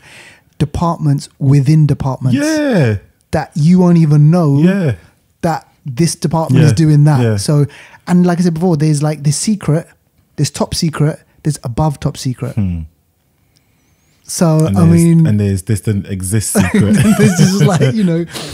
But anyway, so that was SWAT from 15 years ago. Yeah, so it's kind of like action. Yeah, just action, go in there, blow shit up, and don't clean up and leave. Exactly. All right, now another film which I thought we can quickly, and I think you mentioned this before as well. So this is kind of like, again, another like end of humanity Armageddon type situation. And they both came out the same year, Armageddon and Deep Impact. Now, which one had the bigger impact? Armageddon, probably. Yeah, I think it did because Bruce Willis, the whole, it was kind of like almost fun. The sort of song, I don't want to leave. Yeah, exactly. Yeah, that one with Aerosmith. So you had Armageddon, and you had this film, which is Deep Impact, which is kind of like the thinking man's. Yes, Frodo was in it, wasn't he?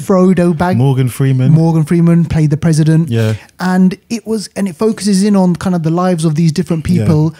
Because the president, Morgan Freeman, social and human aspect of it, isn't it? Exactly. Rather than the physical aspect of the drilling in a meteorite to like all that sort of stuff. So you had these two films, and I think it's underrated. Good film. I think it's definitely underrated, and it's been how many years? 20 years. 20 years, yeah. 20 years. I mean, Morgan Freeman, he's still making like films. He's gone on to like do lots of things. Frodo. Yeah, he's still doing. We spoke about Frodo in Maniac. Yeah. Just be careful when you search for Deep Impact. I'm telling you, be careful when you search for Deep Impact. You could find a lot of different stuff. Exactly. Impacts. Yeah. But I remember in the 90s, there was this kind of thing about what would happen if it was the end of the world. Yeah. And if there was, some catastrophe.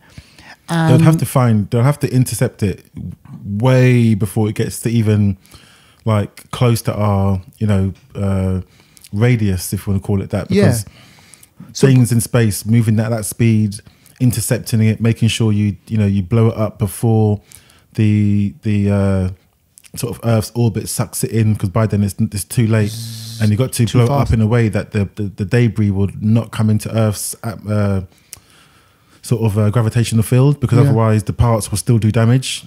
So you got to intervene with these things years like in advance. That's why they're always looking out for these objects. Yeah. Luckily, Jupiter acts as I can see your face. Jupiter acts almost like a solar system cleaner or Hoover. Yeah. Because the gravitational pull of Jupiter is so big, a lot of asteroids and meteors hit Jupiter or even Saturn. Yeah. So way before they get to Earth. So luckily, it does happen a lot. Really? Yeah, that happens a lot. But a lot of objects hit into Jupiter and Saturn and clean up.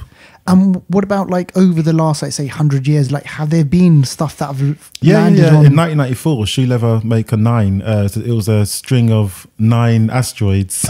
Yeah. I'm like, what the hell? It was a string of 9 asteroids that hit Jupiter in 94. And if you go on YouTube, we'll see like a video of it. And it's just basically a series of asteroids that hit into Jupiter. And as Jupiter was sort of, doing its rotation, you see the impressions of the asteroids hitting Jupiter. And these asteroids, if you see the impressions on Jupiter, Jupiter is 1,000 times bigger than Earth. Right. So if you can see, if it's doing that, 100 times, sorry, if it's 100 times bigger than Earth or something like that. But if you can see the impressions on Jupiter, imagine if those asteroids hit Earth. Yeah. Because Jupiter's a red spot, 3 Earths can fit in the red spot. Literally, 3 Earths can fit in that. Gosh. And Jupiter's like massive. So if asteroids are hitting Jupiter and we can see it, if that asteroid was to hit Earth, which is like, maybe that, it's massive loss of life, maybe extinction level. Wow. So, but, that's that. But scientists these days, they see these things way in advance. Because they've got the telescopes and everything. Telescopes and all these trackers and whatever. And, they can actually shoot satellites now to actually intercept asteroids and land on them, and hopefully, they can cause small explosions. Right. That's the best thing now to do. Land on them, cause small explosions. No, not to detonate, but just to nudge the trajectory, so that they don't come into Earth's orbit. So that's ladies and gentlemen, this guy, seriously, he's a politician, scientist, film buff. Flipping hell, man. He's got it all, man. This guy's got it all. What the hell? We're left behind, man. Seriously. This reminds me of that film, I think is The Day After Tomorrow. Or no, the one with John Cusack, where they need to take like 100 of the most 2012. Is that 2012. They need to have like 100 of the most intelligent people. And clearly this guy's going to be there. Make that list, trust me. Seriously. All right. The next film. Yes, Made in America. Next film. Made in America. Now hang on. 1993, 25 years ago. What's this one again? I've seen this film years ago. I only just realised recently that it was on Anniversary Corner, but it's. Whoopi Goldberg and Ted Danson and Nia Long and Will Smith. Yeah, so it's the story of Ted Danson, Whoopi Goldberg. They obviously got together. Like before. No, they didn't. Sorry, they didn't get together. Ted Danson donated his sperm. Right, that was it. Whoopi Goldberg wanted the kid. She got the sperm, and the kid came out Nia Long. And years later, I think somehow Nia Long was looking for her father to see who he was, and she tracked down that it was Ted Danson. Yeah, he's a white, middle-aged car salesperson. Yeah, and it's just like, whoa, like this is my dad kind of thing. Whoopi Goldberg's like, whoa, this is my daughter's father. I don't know how they didn't. I mean, Nia Long, if you get a kid that's Ted Danson and Whoopi Goldberg, I don't know how that came up. I don't know how it came up with Nia Long, but they did. But yeah, it's a comedy. It is, and I remember this being like Will Smith being in this film, and there's a scene in the car showroom where Will Smith goes over to him, and they start. Ted Danson is trying to, I guess, like relate to him and kind of speak to him in that kind of a way and everything. It's just like really funny and obviously definitely from the 90s, the dialogue and all that sort of stuff. So like, I remember it. I remember it. Funny film, but it's also funny that Nia Long and Will Smith again reprised different roles in Fresh Prince of Bel-Air, because Nia Long turned out to be Lisa, who he ended up sort of being in a relationship with when the show sort of finised. So they got back together again. Wow. He likes shorties, doesn't he? Exactly. Jada Pinkett's quite short compared to him, so he does. Do you, don't you? As long as I don't miss him when I hug them. And the last one on the list this is Gina Davis. Yep. I absolutely remember Girls this. Are easy. Yeah. So I'm told, but I still don't. Not that I know. Not that I know. 30 years ago, 1998. As you said, Gina Davis, Jeff Goldblum, Damon Wayans, and who's the third alien? I can't remember his name now. It'll come to me. But so basically these aliens crash to Earth. They first come to Earth and they're all hairy. They're all hairy. So they're all hairy and there's three of them. And I think Gina Davis sort of shaves them, shaves all the hair off them so they look humanoid. And then these guys, then, they figure out, okay, there's girls sort of thing. And they go out trying to get girls. Jim Carrey, that's of course. Yeah. So they go out and trying to get girls and try and, adapt to society. And it's just funny. I mean, you can imagine... you can imagine Jim Carrey and Damon Wayans because they're both kind of funny guys. Yeah. Jeff Goldblum, I was actually quite surprising. Maybe he might have been a serious one, I'm not sure. But I saw this film years ago. I can't remember exactly how it went now. I saw it years ago. I can't remember it fully. But yeah, this film, I mean, I think it's, oh man, I can imagine how funny it must be. And Damon Wayans and Jim Carrey were in a TV show called In Living Colour. In Living Colour. Came out years ago. So I can see that. Yeah, that connection over there. Exactly, yeah. And I know the Gina Davis and Jeff Goldblum connection because that was from The Fly. The Fly, of course. Yes. So that was all kind of like going on back in the 80s. You see? Like Connect 4, isn't it? I totally forgot about Jim Carrey being in this. Me too, yeah, me too. So that was 30 years. Wow. Okay, so anniversary corner, ladies and gentlemen. Now, let us move on to this week's film review. Mm-hmm. And this film came out, actually, when did it come out? It's literally in the past week. Yeah, in the past week. Yeah. And we're talking about a film directed by Steve McQueen, who is Steve McQueen. 12 Years a Slave. 12 Years a Slave. He directed Shane. Yep. He directed Bronson. Yeah. Oh, okay. Did he? Sorry. Okay. No. Scratch that out. He directed the Bobby Sands film, which was starring Michael Fassbender about the bombing suspect, IRA bombing suspect. Okay. He likes Fassbender, doesn't he? Yeah, Hunger it's called. And then he went on a hunger strike and stuff. So amazing, brilliant, talented director. When 12 Years a Slave, this is another one of those little tidbit informations there. When 12 Years a Slave was being premiered at Odeon Leicester Square, I was actually there walking past. Gosh. And why are you always walking past? Exactly. Like, Chewie was there, and I was like, a couple of pictures over there as well. But yeah, so Steve McQueen, brilliant. And it stars Viola Davis. Yep. It stars Michelle Rodriguez, who you mentioned before. Yep. It stars Cynthia Erivo, who was in Britborn. Yeah, Britborn. She was in the the bad times at that El El Royale. Royale. Yeah, she's really good in this. She is. Yeah. You know what? She's got a wicked body as I well. know. When she's punching that I bag, know. See when she's running, she's like 5'1". I She's know, like man. a powerhouse. she is wicked.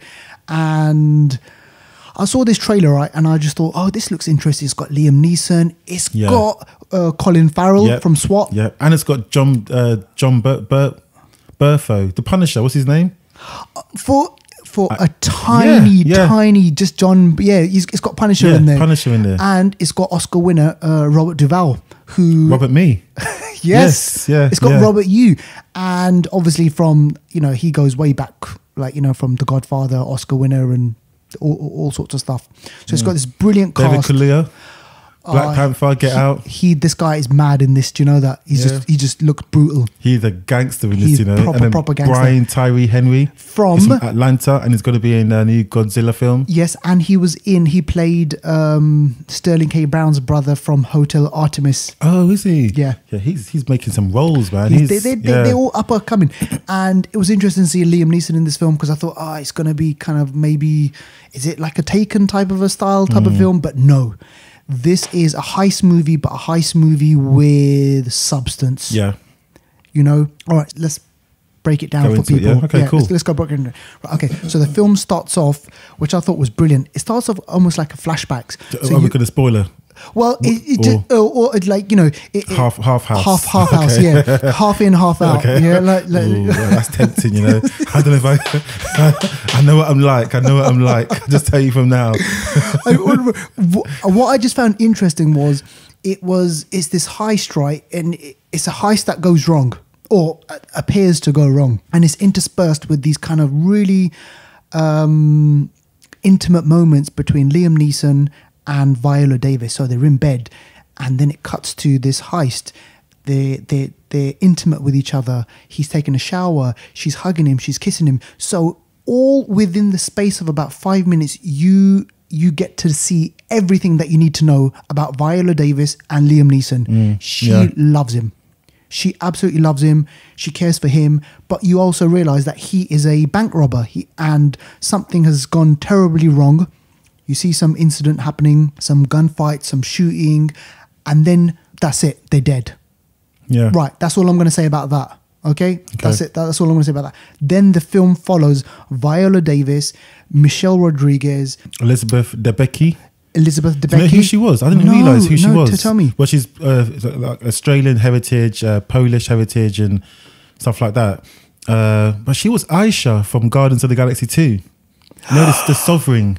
The gold people, the Sovereign. She's the one at the end. She's the one that made Adam Warlock. Yeah, Adam Warlock. That's Aisha. She's Aisha. Oh, she's tall and really tall in this. Really yeah, tall. But yeah, that's Aisha. I had no idea. I had no idea until you just told me. The makeup, isn't it? The makeup, because she was all in gold. So you've got her, and then you've got Arivo, and so you've got these 4 widows. Yeah. You got these 4 widows, and Viola Davis, she kind of gets in touch with these 4 people, and she's like, look, you know what? We've got to survive somehow in a man's world. Yeah. And it is a man's world. You've got the political kind of Colin Farrell. He is living in the shadow of his old man, Robert Duvall.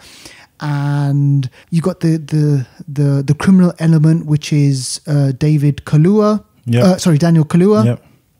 And they want their money back because Liam Neeson stole some gangsters' money. Yeah. It was destroyed, and the only other person that they can get that money from is Viola Davis. So you got to do what you got to do to survive. Exactly. And you then start putting into motion a plan which is going to get you out of trouble. All right? I'm not going to mention what that trouble is. Yeah. People are going to have to go out and watch it. But I've got to say one thing. The acting, Viola Davis. She's gangster. Oh, man. She's gangster. Forget about it. I'll watch anything she's in. Exactly. I don't know if people watch How to Get Away with Murder. It's a TV show that she's in. I haven't seen it, but I know she's brilliant in it. Yeah, she's gangster in it. She's like this. Basically, this is her character in How to Get Away with Murder. Yeah, okay. But she's just... It's just the look in her eyes. She's got this Clued look on. of like... she's just ready to do business, like how she was as Amanda Waller. Yeah, But yeah. I mean, that was another level of gangster. Exactly. But she's just gangster. She's just basically trying to maneuver her lifestyle, maneuver her life in this man's world. So she's got kind of gangsters coming out of her. She's got to deal with, you know, politicians. She's got to deal with, you know, a relationship that she was in, or you know, she's dealing with loss. She's dealing with the death of her husband, and all these people, these 4 widows, they've got their own story. And you know what? It just kind of made me think that it should empower people, actually, because when you watch it and you watch the performances and you think to yourself, right, look, okay, something shitty's happened to these people, but they pick themselves up and they try and make a go of it, whatever they do. And I just thought that message was brilliant. So Steve McQueen, he brought these kind of actors together, and I just thought the performances made it so believable. I believed in Viola Davis in what she was doing. 100%. Like, she's putting this plan together. She's putting these people together. She's asking them to, right, you do this, you do that, you do this. Because at the end of the day, we need to sort ourselves out. And the line from the movie is, which is in the trailer, because they think we don't have the balls to do it. And that's the truest thing, because they haven't got balls, have they? Exactly. Metaphorically. Exactly. I mean, metaphorically, they think they haven't got balls, but physically they haven't. Yeah. So this film and her performance and the characters that they bring together is kind of like a middle finger. A middle finger to society. Yeah. And this I cared about, because Oceans, people kind of say this is kind of like Ocean's 11 but more gritty. Yeah. Ocean's 11, Bullshit. it was bullshit. There was no stakes. I mean, they were stealing from people that didn't deserve to be stolen from. Yeah. This is multi-dimensional, like you said. Yeah. These people are drawn into a world that they don't belong in. Exactly. But they have to survive. Exactly. And like, for example, the gangster. Now, Daniel Kaluuya, he's wicked, right? He portrayed this guy, right? And I just thought to myself, this guy's brutal. There's a scene in this film, right, where you think he might have just an ounce of kind of sympathy for someone in a wheelchair. Oh my gosh. Holy, you know what? For me, that was brutal. Yeah, it was. It was very brutal. Absolutely brutal. Yeah. I mean, I'm not going to say what happens, because you have to go out and watch it. The noise you hear, innit? Oh my gosh. So there was that scene. There was another scene which I just kind of want to quickly mention. Colin Farrell, he is obviously, he's a white politician in a predominantly black area. All right. So this film does touch upon race. Okay. It touches upon kind of the divide between rich and poor. And he gives a speech to a predominantly black audience, and he's all for the people. He's all for kind of like, yeah, I want to empower you, and I want to do this for you, and I want to do that for you. And you know what? It's just like empty promises. Yeah. Because he doesn't believe in it himself. Exactly. He doesn't believe in it himself. Yeah. And there's a scene, a really good scene. The car scene. In the car scene. I was just about to mention it. He's talking about his I guess, his loss of faith, what he has to do compared to what he wants to do. Yeah. He's talking in with his PA or with his PA secretary or girlfriend. something. I don't know what they are, but the whole scene, you do not see them. The camera is outside of the car. Yes. You can see the driver, but you can't see him and the person he's speaking to. It's the whole conversation. I know. And it's shot in such a way where you don't need to see them, because it's the audio that's most important. But it's just something that you don't often see. And this is the beautiful thing about this scene, the way they directed it. So he gets into the car. Yeah. He's just come from this kind of little audience where the press was. Public, like a press release sort of talk or whatever. Did you notice the change of camera? Yeah. So when he got into the car, it was on the poor side. Yeah. So the camera focuses on all the kind of like rough part of like Chicago. It was like a 4-minute drive. 4-minute drive. And then the camera tilts and it goes to the right hand side where you see all the houses. Yes, all the nice houses, and 4-minute drive. That was the divide. Yeah. And that is what, without even like, I just got it. I saw it, and I just thought, Steve McQueen, he steps out of the car and he goes back into character. in the rich part. Yeah, it was great. That's one of my favorite scenes. I'm so glad you noticed that as well. Heavy scene. Heavy. There's so many things in this kind of like movie. So, yeah, I mean, heavy scene. But yeah, for me, I mean, go on. I think it's a good film. It's just a good film. But in the time it was released, what it's released with, I don't think it's going to get the accolades it should. I think, things like The Star Is Born, First Man, all those sort of typical all those typical films are going to, you know, sweep the boards, but films like this are not going to get the recognition, and it's just a shame. But it's a solid film. I mean, some of the cast. I mean, obviously Viola Davis is heavy in everything she does. Yeah. Elizabeth what's her name? Biznicki. Am I getting her name right? Let me just double check because I don't want to get it wrong. But she's the one that plays. Elizabeth Debicki. Yeah. She plays the blonde lady in the film, and she plays the blonde lady in the film, Elizabeth Debicki, and her character is very. You think her character is weak, and she's strong. She's clever. You think she's not clever. She's actually 6'2" 3/4. She's massive. She's tall because in the film she looks really tall. Yes, she's 6'2" 3/4. But I think she was originally set to be played by either Amy Adams or Jennifer Lawrence. Jennifer Lawrence was actually going to be in this film, but due to sort of conflict in sort of projects, you know, just conflicts basically, she couldn't schedule herself to be available. So it turned out to be her, which for me it still worked. As we mentioned, Cynthia Erivo, London sort of based actress. Yeah. She can sing like crazy, like you said. Yeah. She's 5'1", so literally there was a foot between them. Yeah. Sometimes they were in the same scene and you can tell. and isn't it weird? Look, let me just kind of like highlight this, the contrast. She was a really strong character. Yeah. And then she's short. Yeah. And then you had the other character who was tall, but it's kind of like, kind of weak, kind of weak. And it was just fragile. Fragile. Yeah. It just kind of played on those things. And I thought that was really interesting. Yeah. But I think Amanda Waller's character, I keep doing it. Amanda Waller, Viola Davis's character, she's like the sort of Nick Fury of the group. She binds them all together, looks at their strengths and weaknesses, and makes sure that they can all do their job. Yeah. Michelle Rodriguez's character as well. She was good. I've not seen her in quite a while actually. But it brought together a few people. Like Michelle Rodriguez and Colin Farrell. They were both in SWAT. Yep. And Viola Davis and Cynthia Erivo are set to appear in a project coming up in a few months. And obviously you've got the Marvel connection as well. You got Daniel Kaluuya, who was in Marvel. You got Elizabeth's character, who was in Guardians of the Galaxy 2. Yeah. Even Colin Farrell was in Daredevil. He was Bullseye. Yeah. But yeah, it's just, I mean, it's even weird, isn't it? There was a scene when Colin Farrell and what's his name, Liam Neeson, were both sitting down on a boat together having a chat. Yeah.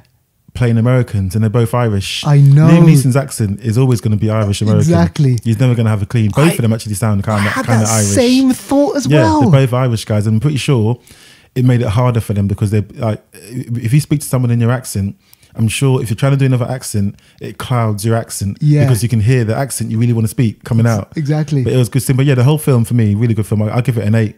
Me too. I give it an 8. Me too. Solid film.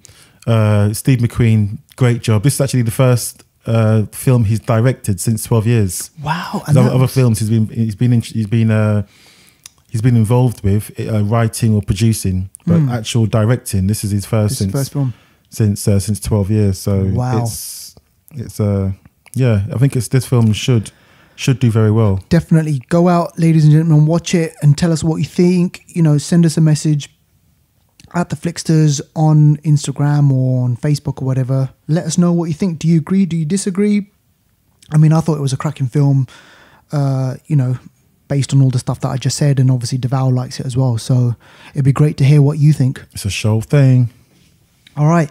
So that was our review this week. Now, let us go on to Hidden Gems. Now, you've mentioned a little bit about Hidden Gems already. Gems. So, tell us about this movie. The Black Coat's Daughter. Yeah, what? The title alone, what do you think is going on in this movie? The title alone. Black Coat's Daughter, like some fisherman's daughter? You're good, you know. I swear I did not do any... Are you sure you didn't know? I swear to God, did not do any like reading or anything like that. Oh, you're totally wrong. I'm just saying you're good. Great. Raise my hopes up there. But no, The Black Coat's Daughter is it's a hidden gem, man. No one knows about this film. I know. Do you know who's responsible for this film? Okay, who? Like studio distribution. Don't tell me A24. It's A24, man. They are behind everything. If you want to know about hidden gems, watch any film on A24. From A24, yeah. Guaranteed. I reckon one of our hidden gems every week is an A24. Yeah. I think Leave No Trace might be one. It Comes at Night is A24. Yeah. I'm blaming it. Hereditary is A24. A24, yeah. So many of the films The Witch is A24. So many of the films that we've spoken about, A24 man. This film is basically, this film is about a young girl whose parents passed away. Right. I can't remember if it was a car accident. I think a car accident is what. I'm not going to spoil it, by the way, for anyone. I'm just going to tell you the premise. This actually is said in the summary, so I'm not spoiling anything. But her parents, she loses her parents when she's young, basically, and then she goes to this school. And at the school she goes to, there's talk of some of the teachers who are like, I don't know, they're not nuns, but they're kind of like, I don't know, they're teachers. It's a girls' school, like a boarding school. Yeah. There's talk that some of these teachers are into satanic stuff, basically. There's talk of it. Hell. So we don't know if it's true or what, but there's talk. Basically, this girl, she also has like, I don't know, social kind of barriers. She can't really make friends well. Okay. She's been a loner for quite a long time because her parents died when she was young. Yeah. So she can't make friends, so she's always alone. So basically she basically has issues making friends. Right. I've said that already. Okay. Yeah, no. But, it's a bit awkward to kind of like, Yeah, I don't want to spoil it because this film, it's all about the revelation of things and finding out. Okay. But she basically evil tethers itself with her. Oh gosh. Yeah, because she doesn't make friends well, so she's isolated. She's got depression, all that kind of stuff. Yeah. And I think in that state of mind, the film's, I guess, saying that you're more susceptible to these the types evil. of Okay. Yeah. So the evil tethers itself with her, and that's her. What a word, tether. That's her, exactly. That's her, and it's a journey about how she deals with it, right? How it reveals itself, how she looks in other people's eyes. It's a very sad story. Okay. There's also two timelines in it. There's her at one age and there's her 9 years older. Right. And the 9 years older person is played by Roberts, Eric Roberts' daughter. Oh, the niece one of Julia Roberts. Julia Roberts. Yeah. So it's Emma Roberts. That's her name. Yeah. But man, so what, that older version, does that older version still have a lot of the problems, or the problems are there? Yeah, for both. Shit. I don't want to give away too much because this film really needs to be watched, and the more I say, Yeah. the worse your experience is going to be. Okay. But I'm telling you, everyone listening, The Black Coat's Daughter, watch it. Yeah. Watch it. Don't be distracted. Watch it. It's a slow film, Right. but it's a very, very deep film. Okay. Very deep film. And I'm sorry, I'm assuming there's no like happy ending. It's A24, man. It's A24. Yeah, exactly. It's A24. That's all I can say. It's A24. Oh shit! But I guarantee anyone that watches this film that knows about movies, Yeah. you'll be thanking me later. Okay, That's what I'm I've got watching to say. it. It's on my It list. says 2015, but actually, I think it was released last year. Okay. I'm not sure why that was due to delay, but yeah, this film, I mean, there's so many like little hidden gems within it. I mean, there was a scene, it was filmed in Canada. There was a scene in the film that was filmed in the coldest time in Canada's sort of, in Canada's history. Gosh. And it was an external scene. And the girl, you see her shivering, and it's not acting. It is not acting. She was literally shivering her tits off. Yeah, exactly. It was literally crazy. Yeah, and this is the directorial debut for Oz Perkins, who was the director of this film. It's crazy. This film is so good on so many levels. It's only got a 5.9 in IMDb, but that IMDb, doesn't mean anything. That's bullshit. This film is easily, for me, is a good 8. This film is a good 8. Okay, I'm just making a note of it on my. Yeah, I've got a watch list. Okay, well, yeah, good, yeah, good, yeah. Put it on the watch list. But yeah, so the film, the school of the film is called the Branford. Okay, and the Branford is the same name as the building that was in the film Rosemary's Baby. Oh, so you see the satanic kind of link there, connection there. Exactly. This film is not in your face about about the horrors. Yeah, it's not in your face about it, which if anything for me makes it even better. It's so subtle. Yeah, and at certain points it hits you with it. Damn it, hits you with it. Okay, I'm watching out for that one. Emma Roberts, who starred in the film, when she got the script, she couldn't sleep for weeks. When she read the script, it shit her up. She couldn't sleep. Damn. Until she had done it, and she got it out of her system. It's crazy. That's mad. That is mad. Directorial debut for Yeah. Oz Perkins. And also for Hereditary. That was that person's directorial debut. A23 seems to know good filmmakers who are new in the industry but have good ideas and churn out these gems. And I reckon they probably nurture them as well and like help them bring these stories to reality, man. Ah, wicked. Crazy. But yeah, it's a film worth seeing. But I'm not going to say anything more about it. All I can say is you go watch it. And there was a delay. I remember what it was now. What? Because it was produced in 2015, but it came out, I think, about a year and a half later because it was doing the film festival circuits for nearly a year and a half. Wow. Yeah. Wow. And it got really good scores in the film festival circuits. Go watch the film. I ain't going to talk anymore. The Black Coat's Daughter. Okay. Go watch that. Go check it out, ladies and gentlemen. For me. Yeah. Second film I've put on the hidden gems list. Yeah. We're going to Mexico. We're going back to Mexico. We've spoken Mexico. We've talked about Salma Hayek, Mexico. Yes. Diego Luna, Mexico. Yeah. Narcos, Mexico. We spoke about Sicario, Mexico. Exactly. And now it's Mama Tambien. Yeah. So and your mama too. Yeah. Exactly. It's just like when I saw this, when I saw the title of this, I was like, what are they talking about? And your mama too. Like what is going on in this film? Little accents on there. So yeah. I'm so glad you did it, Mama and Tambien, ladies and gentlemen. So for our Spanish speakers, Duval has got the tilde. He's got the accents on there, man. The tilde. Yeah, the accents, man. This guy he's professional. That's what I love.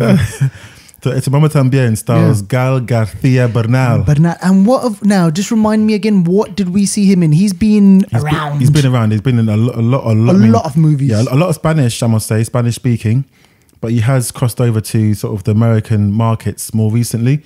But yeah, he's been around for years. And Ete Mama Tambien stars Gal Garcia Bernal, and it also stars Diego Luna as well. So they're both basically they're teenagers, and they go on a road trip with a older lady. Oh, and just before you carry on with that, Alfonso Cuarón. Yes, Children of Men. Yeah. Yeah. You mentioned that last week? Yeah, exactly. Children of Men, and also Gravity. Gravity as well. Yeah, exactly. 92% on Rotten Tomatoes. Say no more. Exactly. Certified fresh, mate. Yeah. So they go on a road trip with this older lady, these two teenagers, and on this road trip, it's like they're both, all of them are experiencing, something in their lives. Teenagers. I don't know, teenage, whatever. You know what I mean? They want to. And the older lady, she's obviously had things going on in her life and she wants a bit of escapism. Yeah, he wants to live a bit vicariously through these two people. Exactly. So they go and they find themselves, they explore their sexuality, they do all sorts, but it's quite a trip. I saw this film years ago. I saw this film during this period when I was trying to learn Spanish.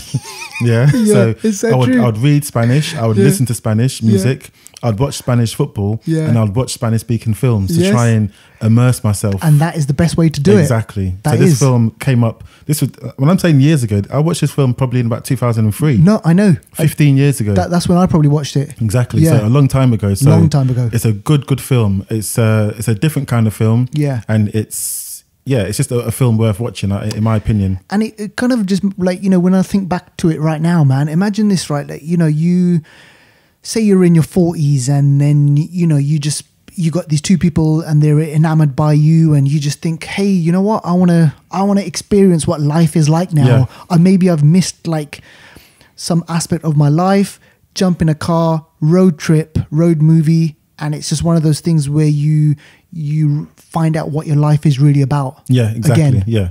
And that's what I love about this. It's one of those movies, and who flipping doesn't want to let just get on an open road somewhere? Exactly. And just no destination, just go and see what happens. Yeah. I just think it's wicked. So yeah, it's a really, really good film. And I think then Alfonso Cuarón obviously is good friends with Del Toro. Oh yeah, Guillermo del Toro. Yeah. And who was the other one who did The Revenant? The Revenant. Directed it? Yeah. Oh, I don't remember. No, he won an Oscar as well. He did Birdman. Oh, okay. I think those three directors, they're kind of like visionaries. Exactly. Those three, they make these types of movies, and they all come out of obviously Latin America, and you know, they have this view, they have this vision, and they help each other out. And one of those threes are either winning awards or coming up with like this amazing film. I think Alfonso Cuarón, or he's made this new film called Rome. Okay. And it's set in Mexico, Mexico. We've got to watch this film, and it's supposed to be coming out on Netflix as well. And I hear that is like amazing. Oh wow! Like similar themes to this as well. Oh wow! So yeah, so that was That's 2001. A couple of gems from this film actually. There was obviously quite. It's not a sex film, but obviously sex happens and stuff like that. Yeah. And they're exploring and they're young kids and they both fancy this lady. You know, and they're both trying to compete over her and stuff. And she knows it and she's working her charm and you know they're just exploring. But Diego Luna had to wear a prosthetic willy. Oh shit! Really? Yeah, because he had to appear to be circumcised. So that's how graphic it is. He had to appear to be circumcised, but he's actually not in real life. He's not in real life. Yeah, they gave him a prosthetic willy. Oh my god! It's like, it reminds me of what was that film, Boogie Nights? Oh yeah. He had to wear one as well. Oh, is it? Yeah. And when it opened in 2001, it was Mexico's biggest opening film ever. Yeah. So it was literally massive film. Yeah. And I think after this, there was this kind of, a lot of films did come out of Mexico, and like I said before, these people they were making really kind of revolutionary films. Yeah. And this is part of that whole kind of that whole movement. Yeah. So good to see. But yeah, wicked. No, man, I appreciate that. Mama Tambien. Yeah, tu mama también. Yep. All right, what else is next? And next up, 2000, so a year before, Amorres Perros. So love's a bitch. It translates to Amorres. Am I saying it right? Amores Perros. Amores. Yeah. So Amores is love, isn't it? Yeah, and Perros is dogs. Basically, dogs. Yeah, bitch. Basically, bitches. Oh, bitch. Yeah. So this is the story of. This is kind of like it's Mexican. Again, it stars Gael García Bernal. Yeah. And it's kind of like a Mexican version of Crash, in a way. Have you seen this film? I haven't seen it. Okay, yeah. So this film, it's a bit like a Mexican version of Crash. You got Gael García Bernal's character, who's again like a young guy. He's got a dog, and he's having troubles at home, so he wants to go and explore and do things. And he actually enters his dog in like a dog fighting sort of ring to try and make money. Yeah. You got another character who's a woman who I believe she's just left the relationship, or she's just left her job or something. She's had some distress in her life basically. And she's also got a dog. Basically, they've all got dogs. Yeah. And the dogs are just small parts of the film. The film's not about dogs in a way, but the dogs link everyone. See how Crash, everyone's linked by certain events. The dogs kind of link them together. Sure. So she's got a dog, quite a cute dog, and I think her dog crosses paths with Gael's dog, and they communicate. There's also another older man who's also got a dog. Yeah. And he's a bit of a sort of, is it vagabond, but sort of a loner on the street. And his dog interacts with their dog, but it's not like this doesn't all happen at the same time, and it doesn't happen like they don't all start chatting together. Yeah. They literally have little connections in their lives and it all comes together, but their stories are singular. Yeah. And they go off and do their own thing. But yeah, it's a weird, in a good way, story of three different lives interacting but not interacting, having their own problems. And it's just like one of them really good independent films. Yeah. But it was just, I saw it randomly. I don't know what I was doing watching this film. Again, it was my Spanish days, but I enjoyed it. Yeah. I remember it to this day being a good film. It's a young performance from Gael García Bernal, and he does really well in the film. Yeah. But there's a lot of dog action, and you know I hate dogs. Yeah, I know. So it's just the dogs look vicious, and some of the dogs, the way it was cut so that the dogs look more vicious than they are. Than they really are. Yeah. But one bad thing about this, it's kind of weird actually, but when this film was made, you know, usually at the end of a film, they say, no animals were harmed in the making of this film. Yeah. With this film, that was put at the start. With this film, that was put at the start because I think they knew that people that are really sensitive to animals Yeah. won't even sit through the film, yeah. if they thought that animals were harmed. Yeah. And again, that brings me to my next point. Yes. Some of the dogs in this film had to look like they were chilled out. They Yeah. had to just sit there for long periods of time Yeah. while you're filming. Yeah. Dogs can't be running around and yeah. barking. And that's difficult, man. That's difficult. So do you know what they did? Don't tell me they gave him like drugs or something. They sedated the dog. Flipping. I'm sure that's like Well, now I'm sure it's. But then back then it was you could okay. probably get away with it in Mexico. They had animal people, yeah. specialists, come and sedate the dogs so they're all chilled out. Oh See my. how like some people take pictures with like lions and tigers? Yeah. It's like that. It's like that. Yeah, so they did that to the dogs, man. Oh man. It's mad. And just like, that could never happen now. Oh no way. And whilst you were kind of talking, I was just doing a bit of a kind of like looking this up, and it's directed by, this is the other person. So I said Guillermo del Toro. There's this guy who directed Amorres Perros, which is González Iñárritu. He's the one who directed Revenant. Oh, so it's funny how you mentioned him, and in the next film we just looked at, it was him. It's him. You see how that is? And you know what? Look, this is, I mean, according... That wasn't even... I know. People thinking, oh, you guys did it on purpose. Yeah, you did it on purpose. That was not at all. out. Apparently, so this Amorres Perros is the first installment of Iñárritu's trilogy of death. So the next film after this was 21 Grams. And Yes. I haven't seen it, but I mean, that's got like Will Smith and I think Naomi Watts and things like that. Yeah, it's got Naomi Watts and it's got Sean Penn, I think, is it? Sean Penn. And then after that was, do you remember this one?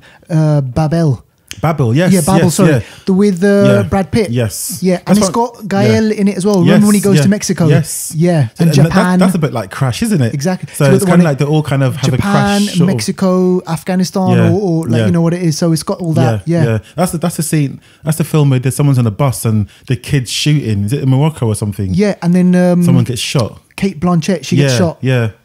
That's a good film. That is Babel. It is. It's deep. It is deep. Oh, so he directed that as well. So now it makes sense because this film is a bit like kind of the crashy, kind of babbly kind of theme. Yeah. Different lives that kind of intertwine. And with a lot of his films is like almost kind of like, you know, Elemental, where we're all connected. Yeah. You know, in my dealings with that person has a dealings with Yeah. you, and then like Yeah. you know, we're all connected in some sort of way, and I think that's how he makes his films. Yeah. Yeah.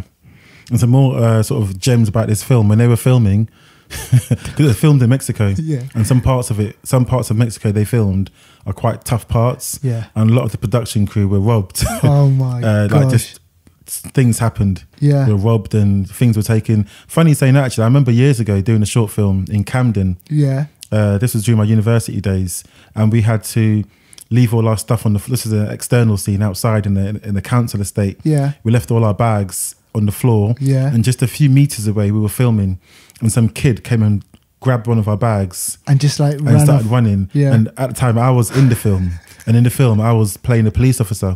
So I had a police uniform that we got from the BBC. Yeah. So there's me in my police uniform chasing this kid through the estate, and all the neighbours thought I was a real police. Yeah. And you know you can get arrested for impersonating For police. impersonating police. We never had we didn't have any permit, any authorization to be. And literally, I remember chasing this kid, and some of the neighbours would be like, "He went that way. He went that way." I was like, "Thanks." I felt like I was in a film. Trust me, I was chasing this kid around, wicked. and he left the bag. Because the bag had my keys in it. It was Oh, my bag, shit, yeah. So he left the bag somewhere and ran off. And I Yeah. got my bag and I went back. And they were, "Oh, did you get him?" I went, "Oh, he got away." Oh, these kids! You got to do something about these kids. I'm thinking, shit, I'm not a real police You're not person. even a police I'm officer? just an impersonator. That's a wicked Yeah, story. so I understand in this situation, Yeah. them getting their stuff nicked. It happens. It 'cause happens. Yeah. Leave anything around, it can get taken. Exactly. And what? Any other little trivia there? No, apart from the dogs one. I mean, yeah, that's. You would never. That would never happen. Like Never happen now. And on film sets now, they have someone there from the association Yeah. to kind of like double check and make sure, you know. And that reminds me, yeah, like what other kind of like movies are like animal heavy movies that I've. There's that film we spoke about a while ago with the lions. Have you heard of that film? It's called Kingdom, I think. It's filmed in the 80s. Right. Have you heard of it? No. It's got lions, and it's about a family who, like, you know, go to like a lion preserve or something, and during the making of the film, Don't tell me someone got eaten. well, the lions were scratching people up, and I think no one got eaten, but they had to go to the hospital, I think 70 times. Oh my different crew members. But I mean, what do you expect? I'll show you. I've got to put a clip on somewhere, but Yeah. it's crazy. This is well known. I think it's called The Kingdom. Right. But yeah, these lions are on people. Yeah. It's crazy. The film took mad. about 4 years to make because they kept stopping for serious. Getting They off. kept stopping I'm because people getting bitten off. Yeah, Something. it's mad. How you even want to make a film, Film with with the lions? lions. Not even Exactly. like no CGI here. This is actual This is lions real- climbing on you. Yeah. That at any moment they can be like, oh, I feel peckish. Let me just bite this person's arm. But that's if you're dealing with wild animals. I'm saying, you can't reason with You these can't. things. Yeah, exactly. You're not going to be like, stop, hang on, Nah. let's do that take again. I think it's all like Lion King, like Simba. He's going to stop and sing you a song. I just can't wait to be king. No. No, bloody, no, no, mate. They will Hakuna eat you Matata up. here, man. It's just fucking, bloody, you're gone. And you know what? Just this is going off on a tangent now. But did you see this clip on in Russia in some circus? No. Oh man, this is bad. What happened? I'm gonna cut this out. I got to No, cut this you out. gotta- you No, gotta the say- the laughing. people wanna the know. Laughing, Oh, okay, the okay, laughing. okay. I got to cut this out. Oh my gosh.